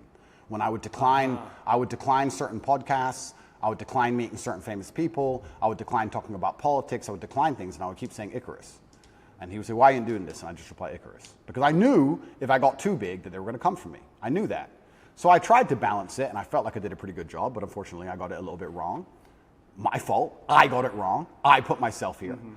But I also don't believe that there's any light without dark. It's yin and yang for a reason. I don't think that I can just become the most Googled man on the planet and become monumentally successful and make hundreds of millions of dollars and nothing bad's going to come from it. I think that would be hubris. You just used the word hubris. It's a fantastic word. I think it would be stupid for me to sit there and go, I should be able to do all of this good and have a fantastic life and there's going to be no repercussion in any form. Mm-hmm. I knew this was coming to the point where I literally sat with Tristan about 3 weeks before it happened and said, we're fucked. So why did it happen? It happened because I became monumentally successful and I became monumentally influential, and the world is a battlefield. You did create it. In some way, you co-created it. Like you knew this was going to happen. It's interesting how he repeats himself. Unconsciously, you wanted it to happen. Like if you're on this hero's journey and you're living this big life and you have a big vision for yourself. I mean, you bring up guys like Genghis Khan, and I think that's kind of appropriate because in another era you probably would have been one of those cats, right? So now we're here, and maybe you need this in some way, need this test to really feel yourself, to know how strong you actually are. I mean, I know what you're saying. I don't think I need the test. I do feel like I need to tell the truth. I do feel like What's the truth? The truth is, well, the truth about the Matrix? yeah, what I believe. And I do believe that I have a responsibility because of my massive platform. Yeah. And I do believe that the responsibility is for me to do my best to educate people in a way that's going to make them happy. And I know I could have sold my soul 1,000 times, and I know I could have avoided Happiness this. I know does I could have matter. Not said certain things, and I understand all of that. I wasn't looking for a war this large. I wouldn't say I was looking for it, but I wasn't ignorant to the fact that it might happen, and I wasn't afraid. You didn't do anything to avoid it, though. I did a lot to avoid it. Icarus. I must have said it 1,000 times. I could have made it much worse. Yeah. But I was never afraid of it happening. I think there's a difference between knowing something bad might happen and taking the calculated risk and going, this is my journey for truth and this is what I believe is what I should do, and being afraid of something. Like, I understand if I go into the ring, I might lose. But I do believe 93% chance I'm going to destroy him. Well, and you want the fight, either way. I guess so, because how else do you matter, right? That's my point. And I'm not saying that I'm glad I'm being persecuted for false human trafficking inside of Romania. I'm not saying that at all. Interesting. Another aha moment for me. In order to matter, you must be fighting. This is another like Tateism.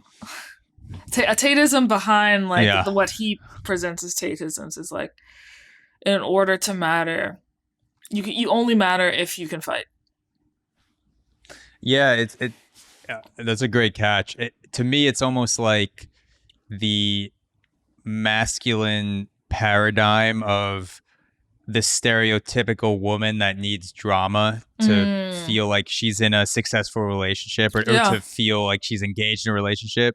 Like, this is his version of that, where if he's not fighting all the time, either causing some version of drama or having some sort of aggressor in his life, whether it's social media or a person, an interviewer, someone who's physically attacking him, that he doesn't feel like he's engaging with life or living to the fullest. Yeah. But I'm saying that... Yet, on the other side of this, how strong will you be? Stronger than you could be otherwise, that's for sure, and have more power and influence otherwise. Absolutely. I mean, it's a Nelson Mandela. Completely. And Now, I wouldn't want to spend fucking whatever amount of time in jail. That sounds fucking scary, but it's not uncommon for heroes. Well, exactly. And if you take the lessons from it, and if we want to once again talk about being as formidable as possible, then I don't think jail, okay, it's given me nightmares, but I don't think it's made me weaker. No. And it could have easily made me weaker. I could have gone through the exact same experience with a different mental model and emerged weaker. I believe I've emerged stronger, regardless of the fact that I have nightmares. I didn't have nightmares before, now I do, but I still see myself as a stronger person. That's one more thing I no longer have to fear from an unknown perspective. I know exactly what it's like. I know the best ways to deal with it, which I developed within the 3 months. And if they put me back, I know what I'm going into. So that's a unknown area of the map explored. Yes. And I don't want to go, but I do believe that I'm more powerful than ever. And you have to find the good in it. That's absolutely not for sure. But I don't think I want to be very careful. I don't think I was looking for this fight. I'm finding the good in this fight. I believe that my fight actually has far-reaching repercussions for society now. I think that... It's interesting that he says he's more powerful than ever after having gone through prison, because earlier in the interview, he established that his two means of measurement are getting money and winning championships, and you get neither of those in prison. Sure. But he feels more powerful. Sure. So there's something else that he experienced in prison, suffering, getting through suffering, finding meaning, spending time alone. Yeah. I don't know what it is because I'm not inside his head, but something that is making him feel more powerful outside of the two markers of success that he established. Very, very astute observation. Yeah, already his mental model is breaking down.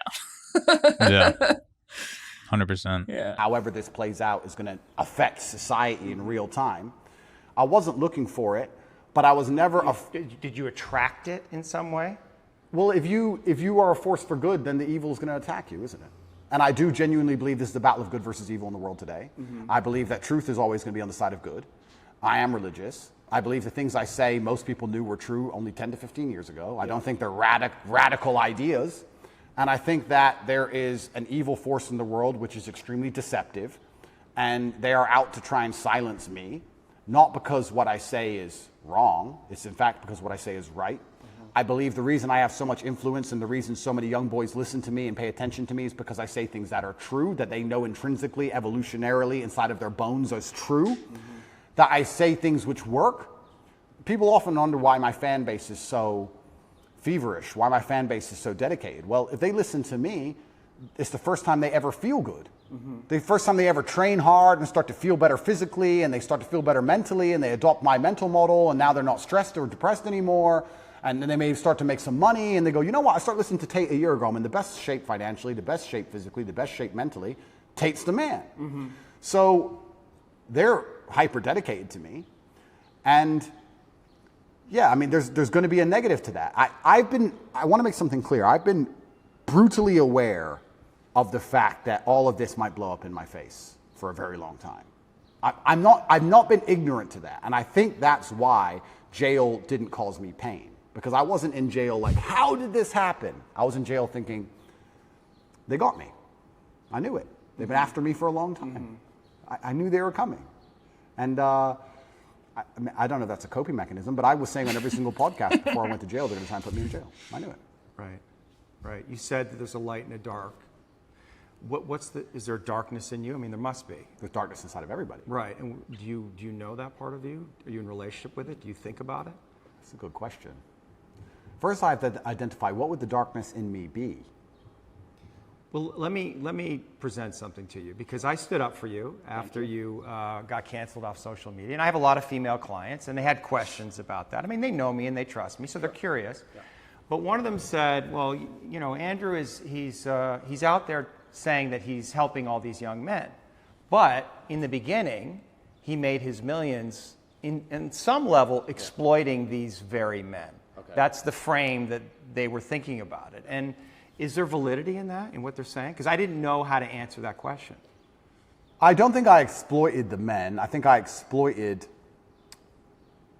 maybe I did exploit the men, but let me change my answer. I don't think me not exploiting them would have prevented them being exploited. I think these men were out to be exploited regardless, whether I did it or not. So, but you can see how that sounds cynical to somebody, where you say, well, they're going to be exploited anyway, so I'm going to make money off them. And then once I make money off them and I get this platform, then I'm going to champion them. Completely. I mean, I guess that's probably one of the most logical arguments against me I've heard. Then we have to argue whether I was really exploiting them, which is another argument, right? Absolutely. Because a lot of... I've never heard him concede that. Yeah, on the other clips, I've never heard him say, yeah, I was exploiting these men, because otherwise they would have been exploited by someone else. So better me than another manosphere influencer. I've never heard him say that when he's pressed on it. Well, he seems pretty open right now. He's gonna change his tune, so yeah, 100%. Had it for a second. My girlfriend just got back. I'm gonna let her in real quick and go to the bathrooms. Okay, I'll cool. be right back. Cool. All right. These men, the only reason they didn't kill themselves is because they had an online girlfriend. Sure. So I actually think that webcamming and girls as a whole is closer to therapy than it is porn. Truly. These men are completely miserable, and the only joy they have is logging into that website. So I don't think I did exploit them. The reason I said the fact they're going to be exploited anyway, it's very similar to having an alcohol store. Let's say there's 3 alcohol stores in a row and all of your customers are alcoholics. Well, if you close your alcohol store, what happens? They just buy at the next store next door. Right. They're still going to be an alcoholic. You're not saving anyone's life. Right. But I don't think I necessarily exploited. Okay, can you pause? Mm. I think he's sort of like trying to convince himself live Yeah. with this question. But it's like, yeah, you don't have to have the alcohol. They might go find another liquor store, but you could also start like an AA meeting, right? Like there's other things to do besides opening up liquor stores where there are alcoholics, Yeah, because his main argument is someone else is going to profit off of the weaknesses in society. So if I don't capitalize on this, someone else is going to leverage it, which is a pretty shitty excuse to do something. Yeah.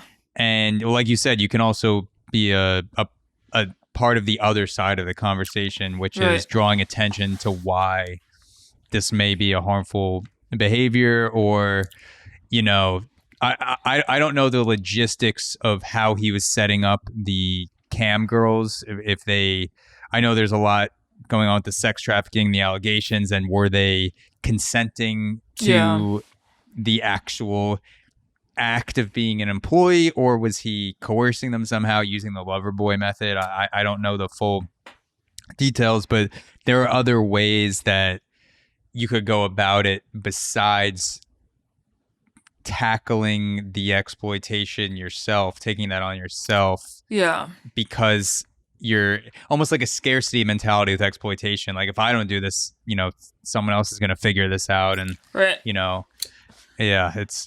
it's weird. It's the same win-lose mentality, though, right? That is the essence of his mental model.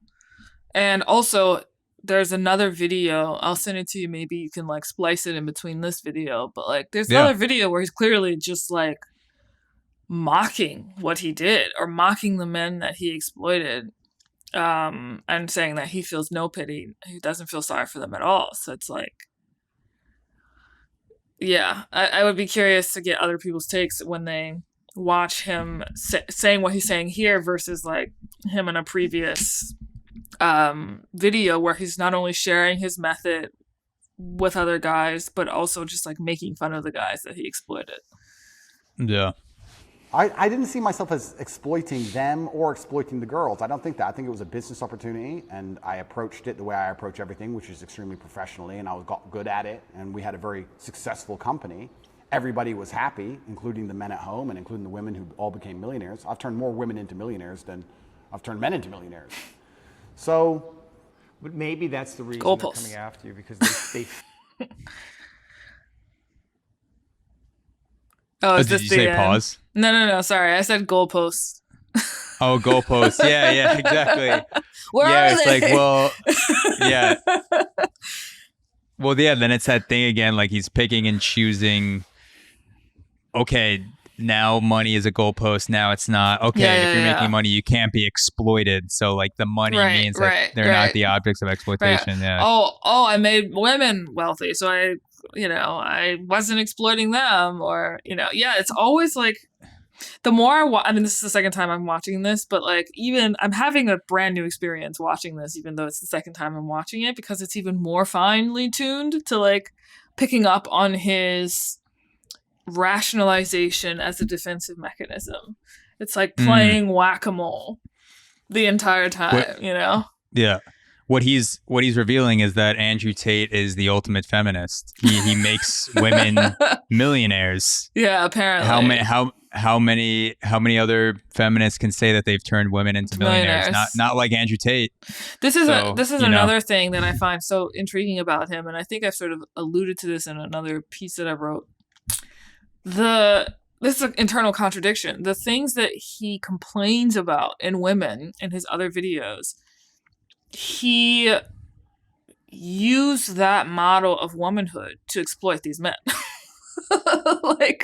He complains about women being manipulative and conniving and not telling the truth and, trying to get a guy's money. But he uses that exact same strategy to get guys to give up their money to these women, which he then takes a cut of. So it's like, what are we talking about here? Like, what is the ethic, you know?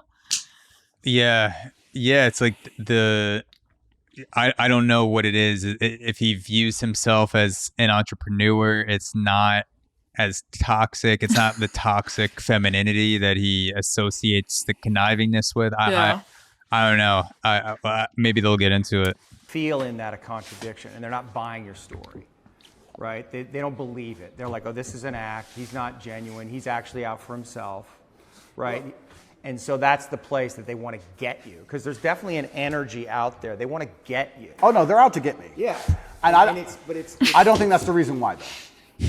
Well, depends who we're talking about. Yeah. But we're talking about the Matrix. I understand why and you've talked about that a lot in podcasts. We could talk about that, because you are speaking a lot of truth, and you're confronting all the lies in the culture, and you're speaking against the most powerful forces in the world. But individual women, let's say, they're going to look at what you're doing, a lot of them, and a lot of them, they're completely insane. And they're looking at these little clips, and they're distorted in their own feminism, and maybe unconsciously they can't reconcile to the fact that they would actually want a man like you. I think that's a lot of what's going on. It's like projection. I'd agree with that. Nevertheless, there is an energy that's like they want to get you. They want you to be punished in some way. Yeah. And so, like, how do you, like, what do you do with that? How do you deal with that? Like, how do you answer to that? Like, if that woman was sitting here, what do you say to her? Yeah, I would say that her argument, to a degree, is a logic fail. Let's take it away from webcamming. It's a female logic. Don't be a misogynist. There's your blind spot. Like, don't be a misogynist. But that's like he's saying using his own argument against him. No, of course. But that's like saying because you've ever eaten a steak. Women can't be logical. Effectively. Right. What she's saying is because he had a business in which some man may have felt exploited at some point, he doesn't care about humanity, which is a logic fail. Yeah, so, I understand. So that's not valid. What I have found in my experience often is that many women who seem to dislike me, after they meet me, don't dislike me anymore. Mm-hmm. I think the energy which they find repulsive over a screen or affects them emotionally over a screen, they end up liking in person. I think hate and love are actually very close to each other. And I've had women who scream how much they hate me at the screen, and then they meet me and they're literally in love with me. Well, you're a nice guy. Of course. So I've yet... It's interesting that he views that the pivotal moment of meeting a woman as what turns it into a hating towards a loving relationship, because you hear fighters talk about that a lot, where leading up to a fight they experience so much anger and animosity, and that helps drive their instincts, and it helps drive the competition to defeat a fighter. And then after they confront the person, then there are these feelings toward these feelings of love once we've actually faced each other and we've met in person. And obviously going on a first date is entirely different than going on a first fight. I'm sure those have overlapped in some circumstances, but it just struck me as sort of connected to the fighting game, the way that he's talking about it. Yeah, contact of some sort. Real contact. Yeah, the contact. Yeah, the exposing of soul through contact, or the exposing of souls. Yet to meet a female in person who dislikes me.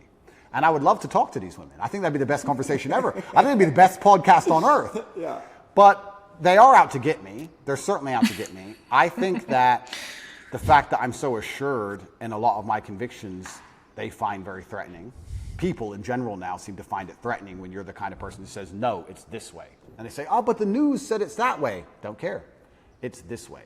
And they find that ignorant, but it's not ignorant. I think it's just assured in your convictions, and they find that threatening, very threatening.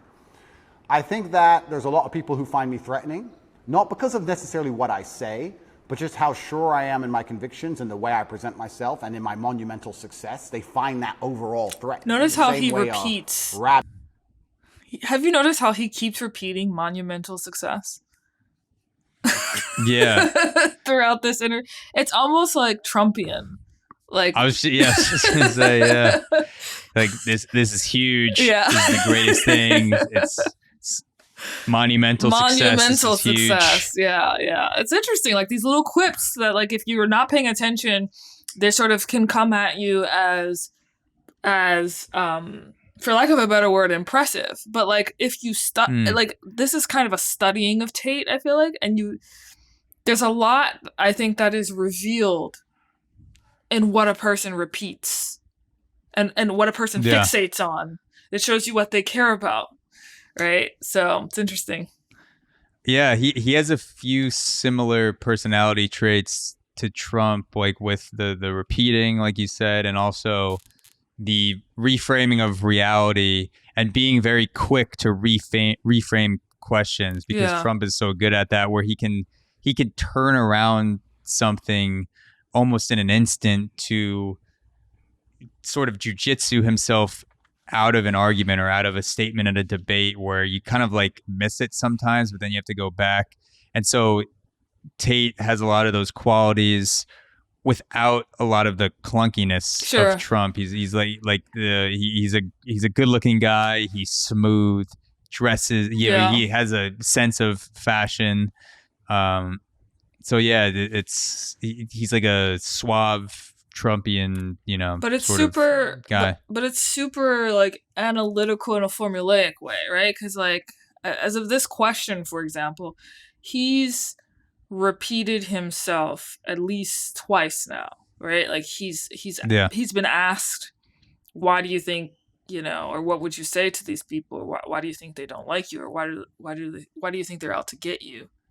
And he's repeatedly said the same thing twice, which is like weird. Like it's a little weird, it's a little like, this is the script that is here, that is present with you, So he goes back to the monumental success as a reason why people are against him. Yeah. So part of me, I wonder, is it possible to walk through the portal of global social media sensation without having a diluted form of self, to the point where you view every single opposition as something associated with your success?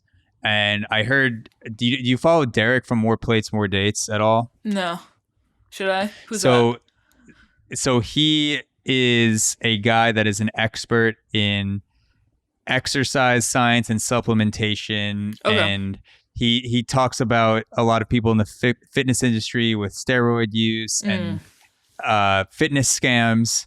And a video that he made recently is about Logan Paul's Prime, the Prime hydration drink, where Logan Paul, first, More Plates, More Dates, Derek, he came out and made this entire breakdown, multiple breakdowns of why Prime does not fit the profile of a good hydration formula, just to inform people and inform athletes. And then Logan Paul's response was, "You're a stupid virgin." And classic. You're coming at me. And you're coming at me because of my success. Right. He says in a bunch of podcasts, like, there's no validity to anyone's opposition or anyone's opinion about me that isn't casting me in a golden light. If you're not viewing me as some sort of God in the space, then it's because of my success. And Derek was talking about that on a video where he's like, is it even possible, like once you get to a certain point, like a Logan Paul or an Andrew Tate, can you as a human being walk through that portal and not act like they're acting? Is there a way to do that, or is that just a result of you being at that status in terms of social media success? I mean, I think you can. First of all, that's a very dangerous worldview. It's like, then you're really just operating from the perspective of self-deception, right? Because like, then you can't take in critical feedback, because every piece of critical feedback is an attack, or perceived as an attack. But I think like the person I immediately thought of was Mike Tyson. Now, maybe you have to do DMT. Maybe that's like the pill that, Tate and others refuse to actually partake of. But like, I feel like Mike Tyson is an example of someone who has walked through the portal and is like chill, not just chill, but like super cool and strong and present and super successful also, right? And all the things, but is like humble and he wasn't always humble. He had to go through a series of his own trials and tribulations to get there. But like, I do think that there are examples of folks out there who are able to walk through the portal and still be humble, and in fact are able to recognize that humility is necessary in order to not crash and not be that Icarus that Andrew keeps like warning us against. Yeah, and you brought this up on the last podcast we recorded, the potential of a conversation between Andrew Tate and Mike Tyson, and I think that would be such a constructive conversation because Mike Tyson seems to have so much wisdom from his fighting days and post-fighting days, and is self-aware and also has some of the psychoanalytic qualities that David Sutcliffe has, not in a professional manner, but Mike Tyson has seen so much bullshit where he can kind of cut through the BS. For sure. And he's also a fighter. Like Tate would feel fear, even if he says he doesn't, in the presence of Mike Tyson. Like he's such an overwhelming force just sitting there. It would be interesting to see them interact. At the very least, reverence, Yeah. That will find a tiger threatening. It doesn't know why. It's just like it just wants to run away from it. So is it incumbent on you then change the way you're delivering the information so more people can hear it? No. No. Because there are some people who cannot be saved, and it's not my intention to save everybody. I have no intention of trying to convince everybody to like me. Okay, so that is the first 37 minutes of the conversation. We're at an hour 45 right now. I can go a little bit longer if you want to start part 2 and see how far we get. We could also break this whole thing into multiple parts. Yeah, I think it's actually a good idea to release it in multiple parts. I think that will like keep the fans engaged. But do you want to keep going for the next 15 minutes and then we'll break there? Yeah, let's do that. Okay, cool. That should be about like the first 45 minutes of the conversation, so that'll be a good stopping point.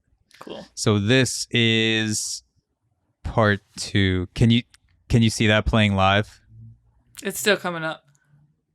You got it? Okay. Yeah. And who like the way it's being presented and said.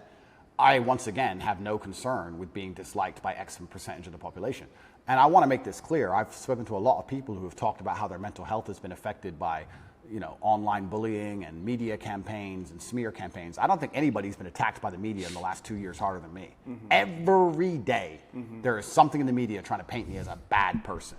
On TV channels from Ulaanbaatar to Utah, across the entire world. And I can sit here and say categorically, I've never read a media report and been like, shit. I've just been like, clowns. Don't care.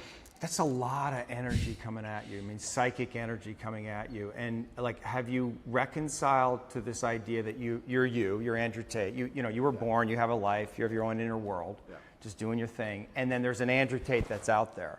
And people are projecting their love and hate onto you. And it's none of it's really real, but you have to hold all of that mass projection. Correct. How is that? Yeah, but then let's psychoanalyze me, right? You're the professional, I'm the amateur, but let's do it. Why don't I care that the media continues to attempt to slander me continuously, and they don't do it to anybody else, and it's unfair that they're doing it to me, because if I was a genuine sexual predator like the people they defend, I'd be protected by these people. We can discuss this, right? Sure. If I was going into girls' toilets, they wouldn't say anything bad about what I was doing. Yeah. So why are the fact that it's so unfair and it's so pervasive and it's so aggressive, why doesn't it bother me? Am I ignorant? It doesn't bother you? I don't think it does. Do you block it out? I mean, you must read these things and you see your name associated with these horrendous crimes. But it's not real. I understand. It's false. But you're able to every fucking bullet perfectly? If what they were saying was true, it would bother me. Yeah. But genuinely, because I know it's all garbage, it's all lies, it's water off a duck's back. And maybe my obsession with truth is obsession, I don't know if that's the right word, but because I believe I'm talking the truth and because I believe the current war we're in is genuinely one of truth against deception and lies, that's their only weapon. Sure. That's their weapon is deception and lies. So everything they say is a lie. So it doesn't really affect me. And I will sit and say that. But I know for me it's painful.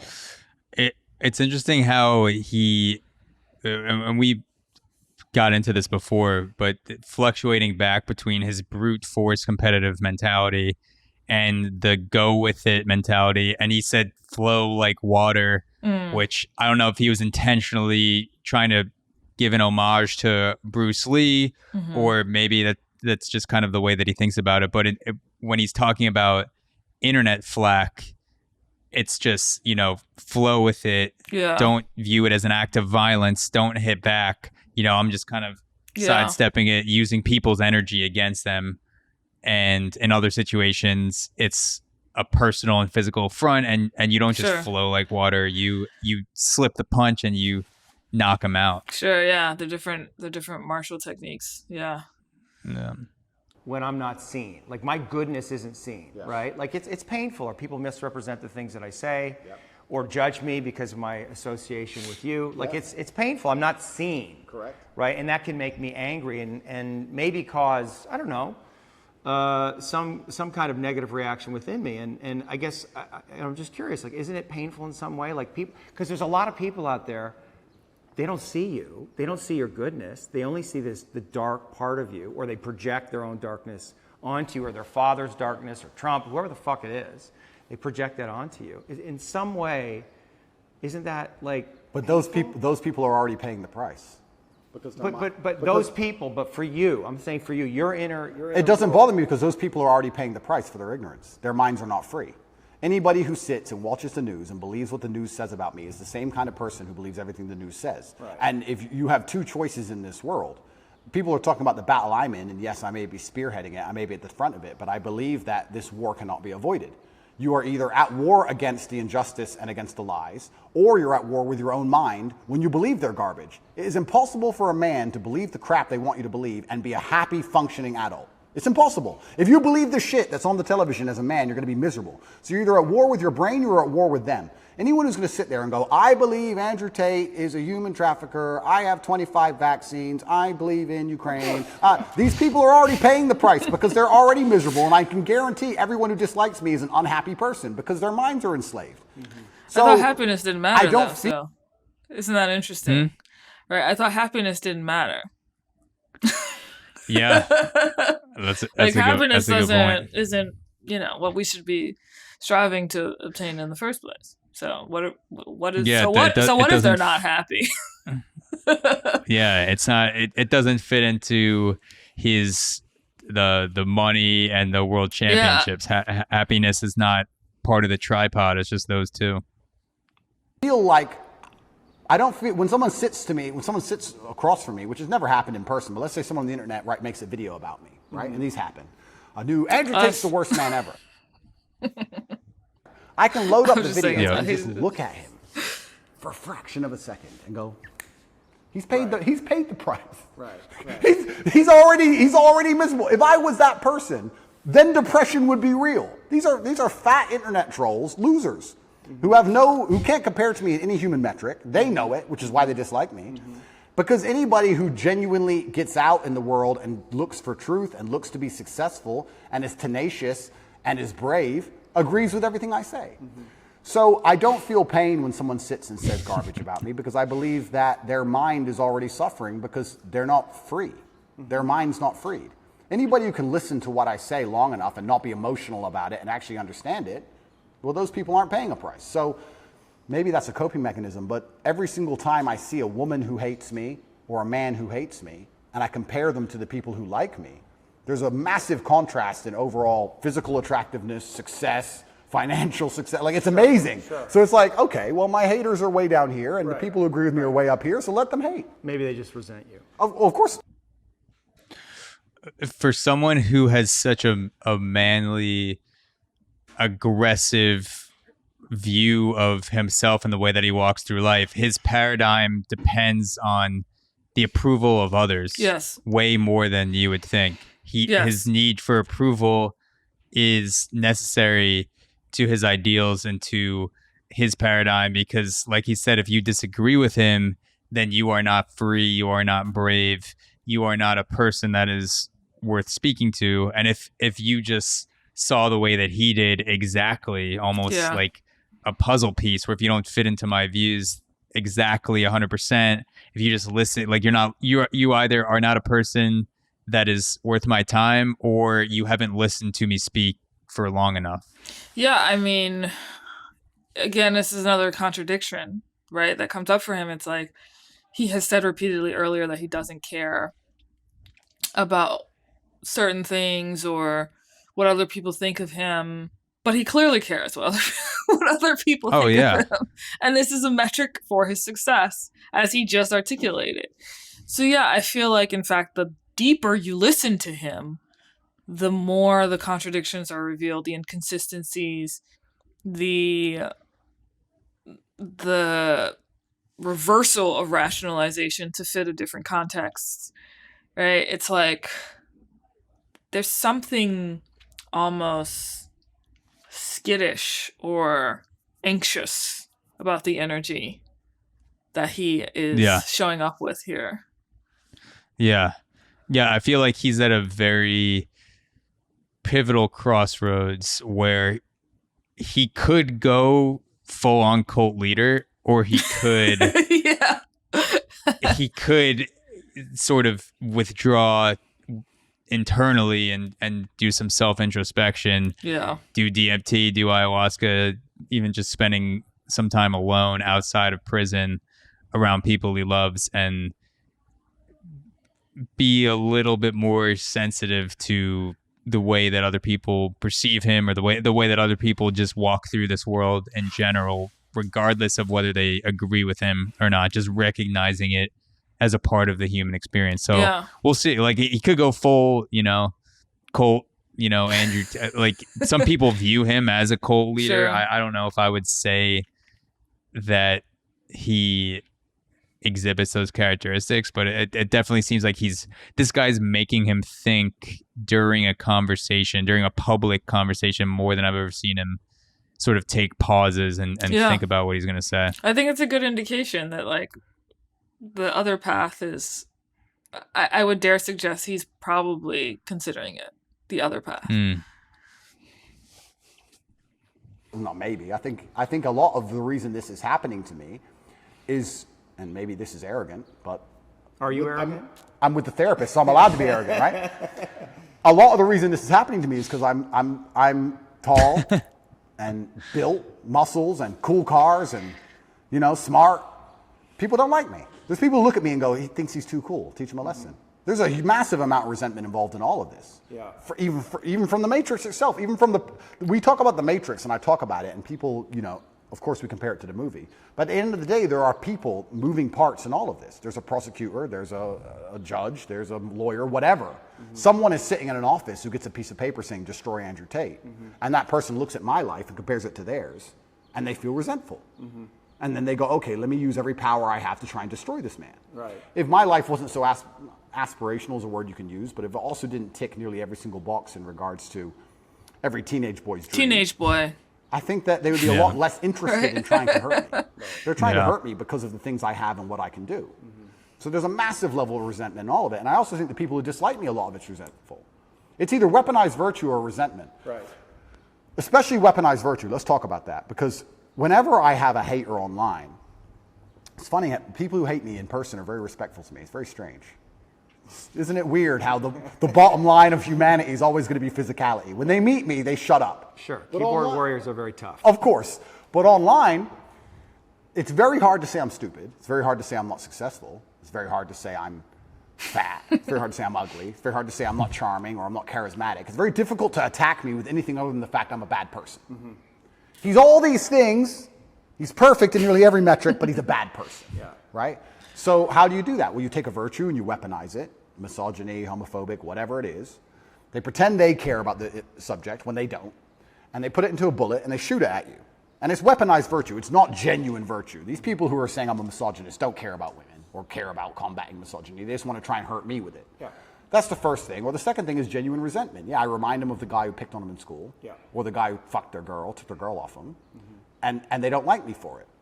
But that's not my problem. That's their issue. Are you defensive? Is that like a defensive posture? Is the way that you can be?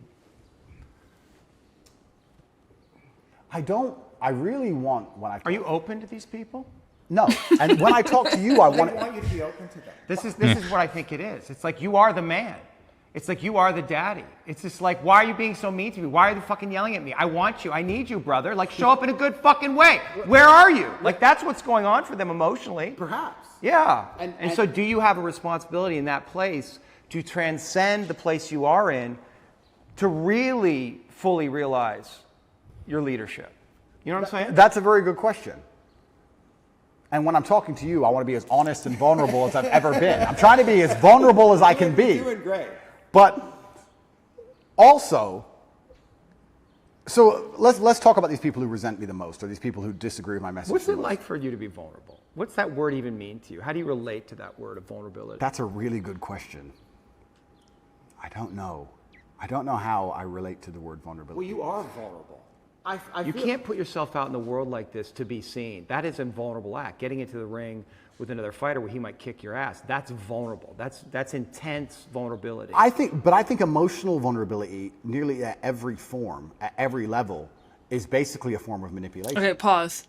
So Maybe that's just how you. Okay. First of all, I just have to say, when I first saw this and I saw David do what he just did, I was like, holy shit.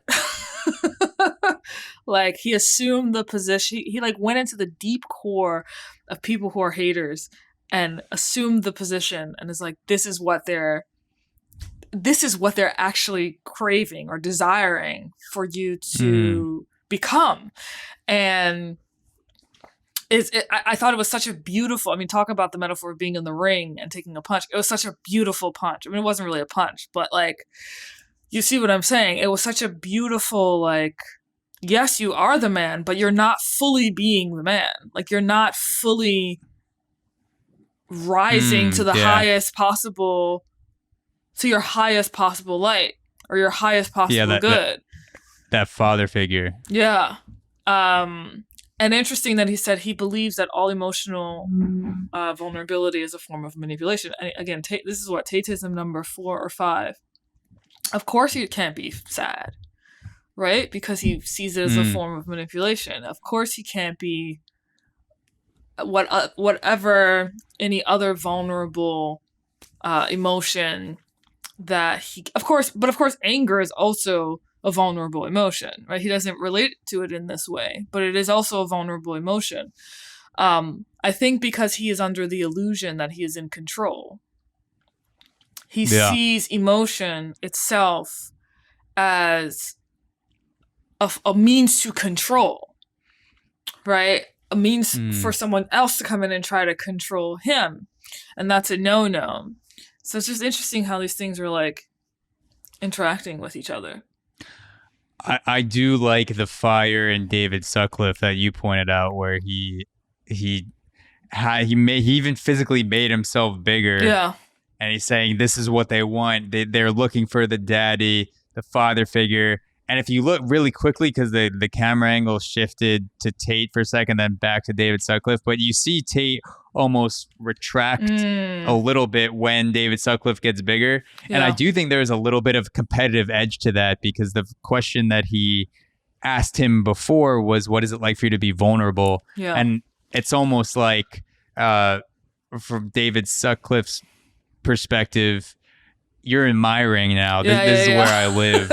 Vulnerability, like, I got you, motherfucker. Yeah. But not in like an not like I'm gonna beat you way, but like, let me lead you through this conversation. Let me sort of be a father figure right now in terms of this vulnerability. Let me open you up a little bit. Let me help you become okay with that vulnerability, with that sadness. And in that moment of ferocity, you could really see that. Yeah. He's like, I will be the spearhead now. And I said to you earlier, like, watch the ways in which the postures shift over time. Yeah. So revealing, so telling. I'm the captain now. Yeah. Experienced it growing up. Perhaps. Was your mother emotionally manipulative? No. But if a girl cried in front of me, I believe she'd be trying to get an out. I don't think it's just because she feels bad. I think it's because she's trying to get a reaction from me. And I think when men cry to their wives or whatever, a lot of it is trying to inspire sympathy from her. I think a lot of emotional vulnerability to a degree I would argue that that's is all manipulation. Like then that would indicate that in some way that you are manipulating. We all manipulate each other. Well, that's what I'm saying. So if you're seeing manipulation in others, that must also exist in you. And I guess that's the question. Is there a way, right? Like, can you actually not be manipulating?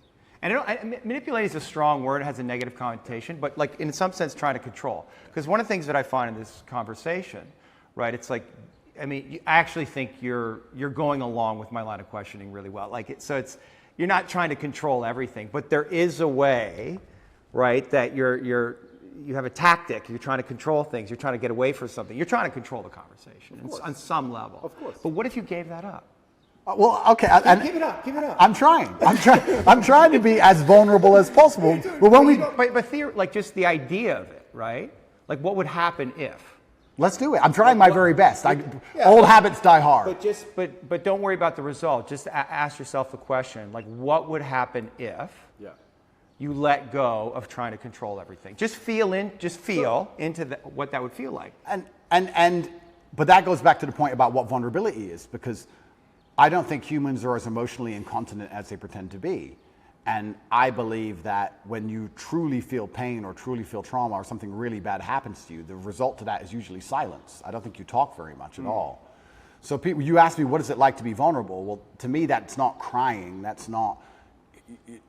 I think when anyone's doing that, 99% of the time, it's a manipulation tactic, I believe, personally. Maybe that's just my personal experience.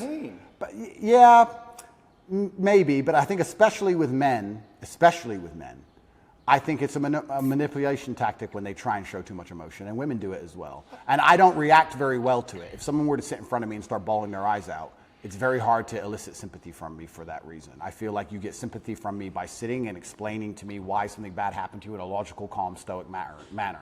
If someone starts crying in front of me, I feel like they're trying to manipulate me, and I don't buy it. Or maybe you judge it in them because you judge that in yourself. Perhaps. I mean, it's my human experience, right?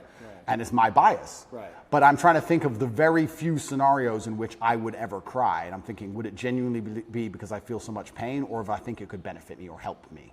Would I be trying to manipulate somebody? Now, that's not something I'd ever do because it's not my personality and mental frame. But crying is... I don't know why this popped into my head, but I'm just imagining an SNL sketch where you have different situations where you're feeling sad or depressed, and it shows this is the wrong way to do it. And it's someone who's standing on a roof and they're very sad and suicidal, and they're crying and they're cursing God, and they're looking up and they're about to jump off the roof. And then you have that's the wrong way. Now try the Tate way. And it's just him standing on the roof thinking very logically and analytically, going, I am sad right now. The reason I am sad is because I am not facing my fears, and I'm going to walk into the ring tomorrow and beat the shit out of the person that is confronting me. That will solve my sadness and therefore no longer make me depressed. Tateism solved. And then it just goes on to... Or it's interesting. Yeah. Sorry to cut you off as you were saying, I thought you were going to go in a different direction. I thought you were going to set up the scenario where I am sad because, I don't know, this guy is sitting at a table and he's thinking his dog just died. I don't know, I just made that up. I actually think I subconsciously came up with it because of John Wick. His dog is killed. But your dog dies and, you feel this overwhelming emotion coming up in you and you want to cry. But instead of crying, you just go into this Tateism, logic thing where you're talking to yourself out loud about why your dog just died. And then the next scene in the skit is you just walk outside with a great smile on your face and, maybe sunglasses because it's Tateism. And you're just but that's so weird. Yeah.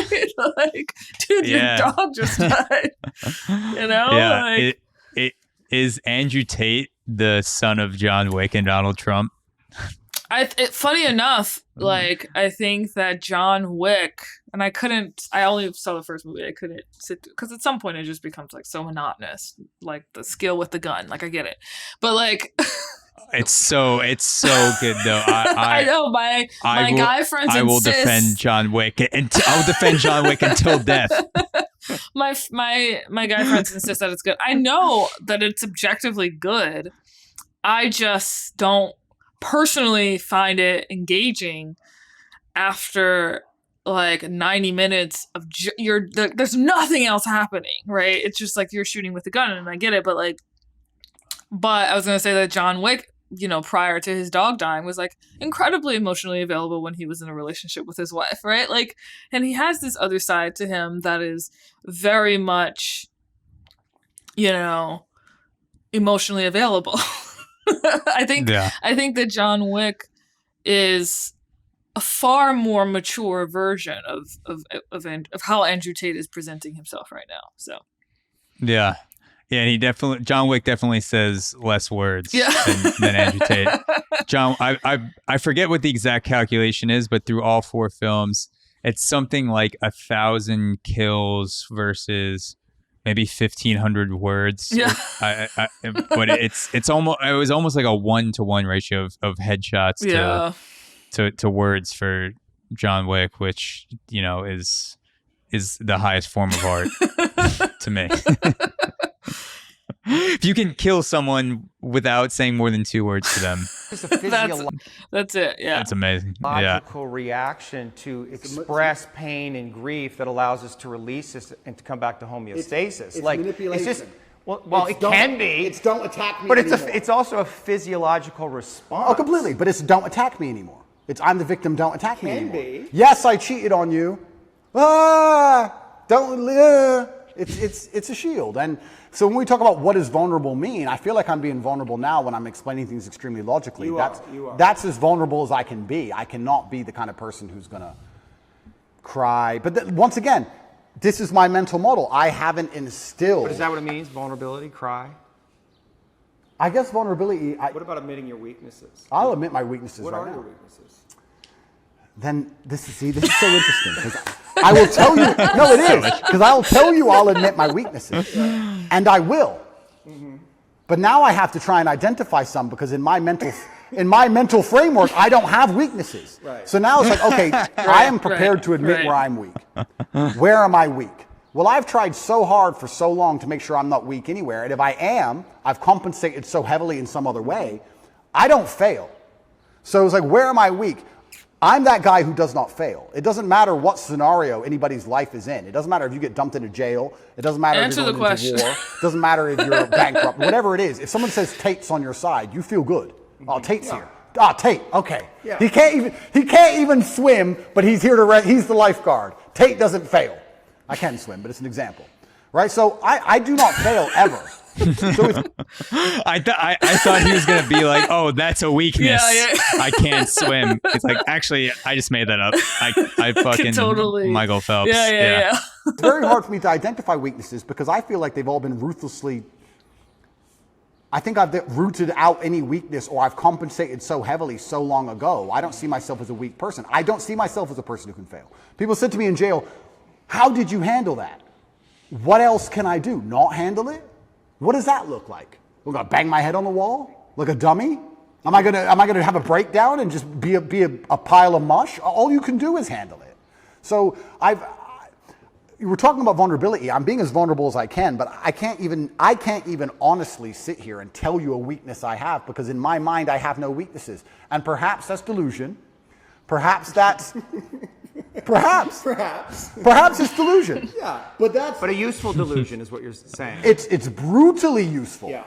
And when I teach this or when I talk about this, there's in a lot competition. of men who perhaps want to adopt it, but the mistake they make is they don't have the real world experience to back it up. I don't want people to be completely lose their minds. Yeah. We're not talking about that, but we're talking about the fact that I can name so many scenarios in my life where I was supposed to fail and I did not fail.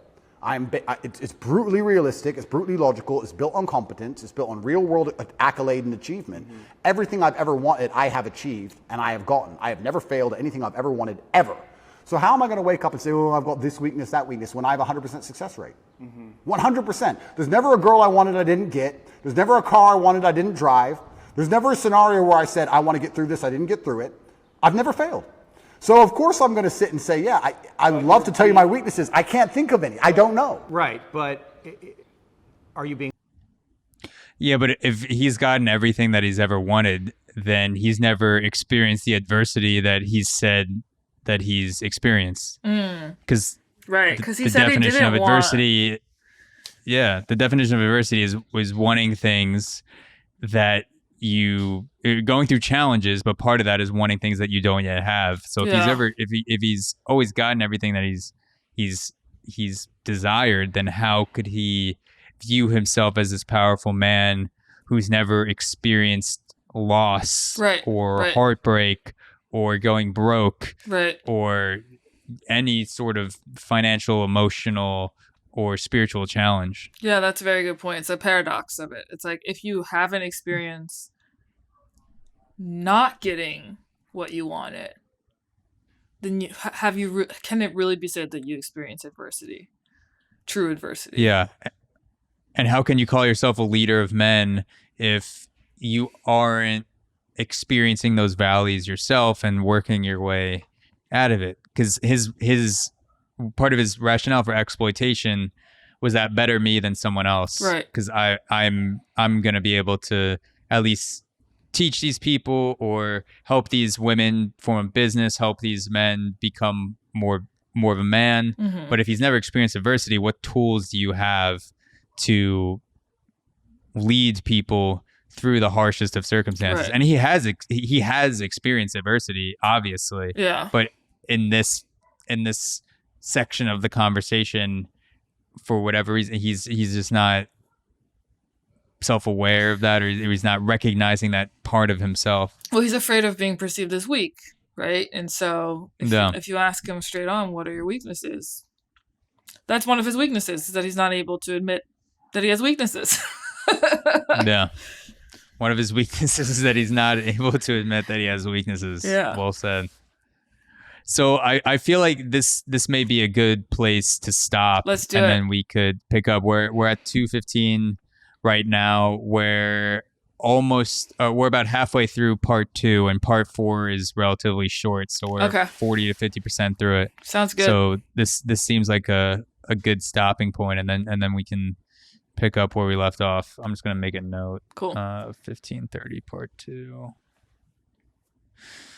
This was really fun. Right? I've never done a commentary of a video while it's playing. I've always done more of the guest conversations and looking at stuff beforehand and then talking about it. But this is pretty exciting. Yeah, I like think this a is lot. my first live commentary as well. And you're a great interlocutor. And let's keep it going.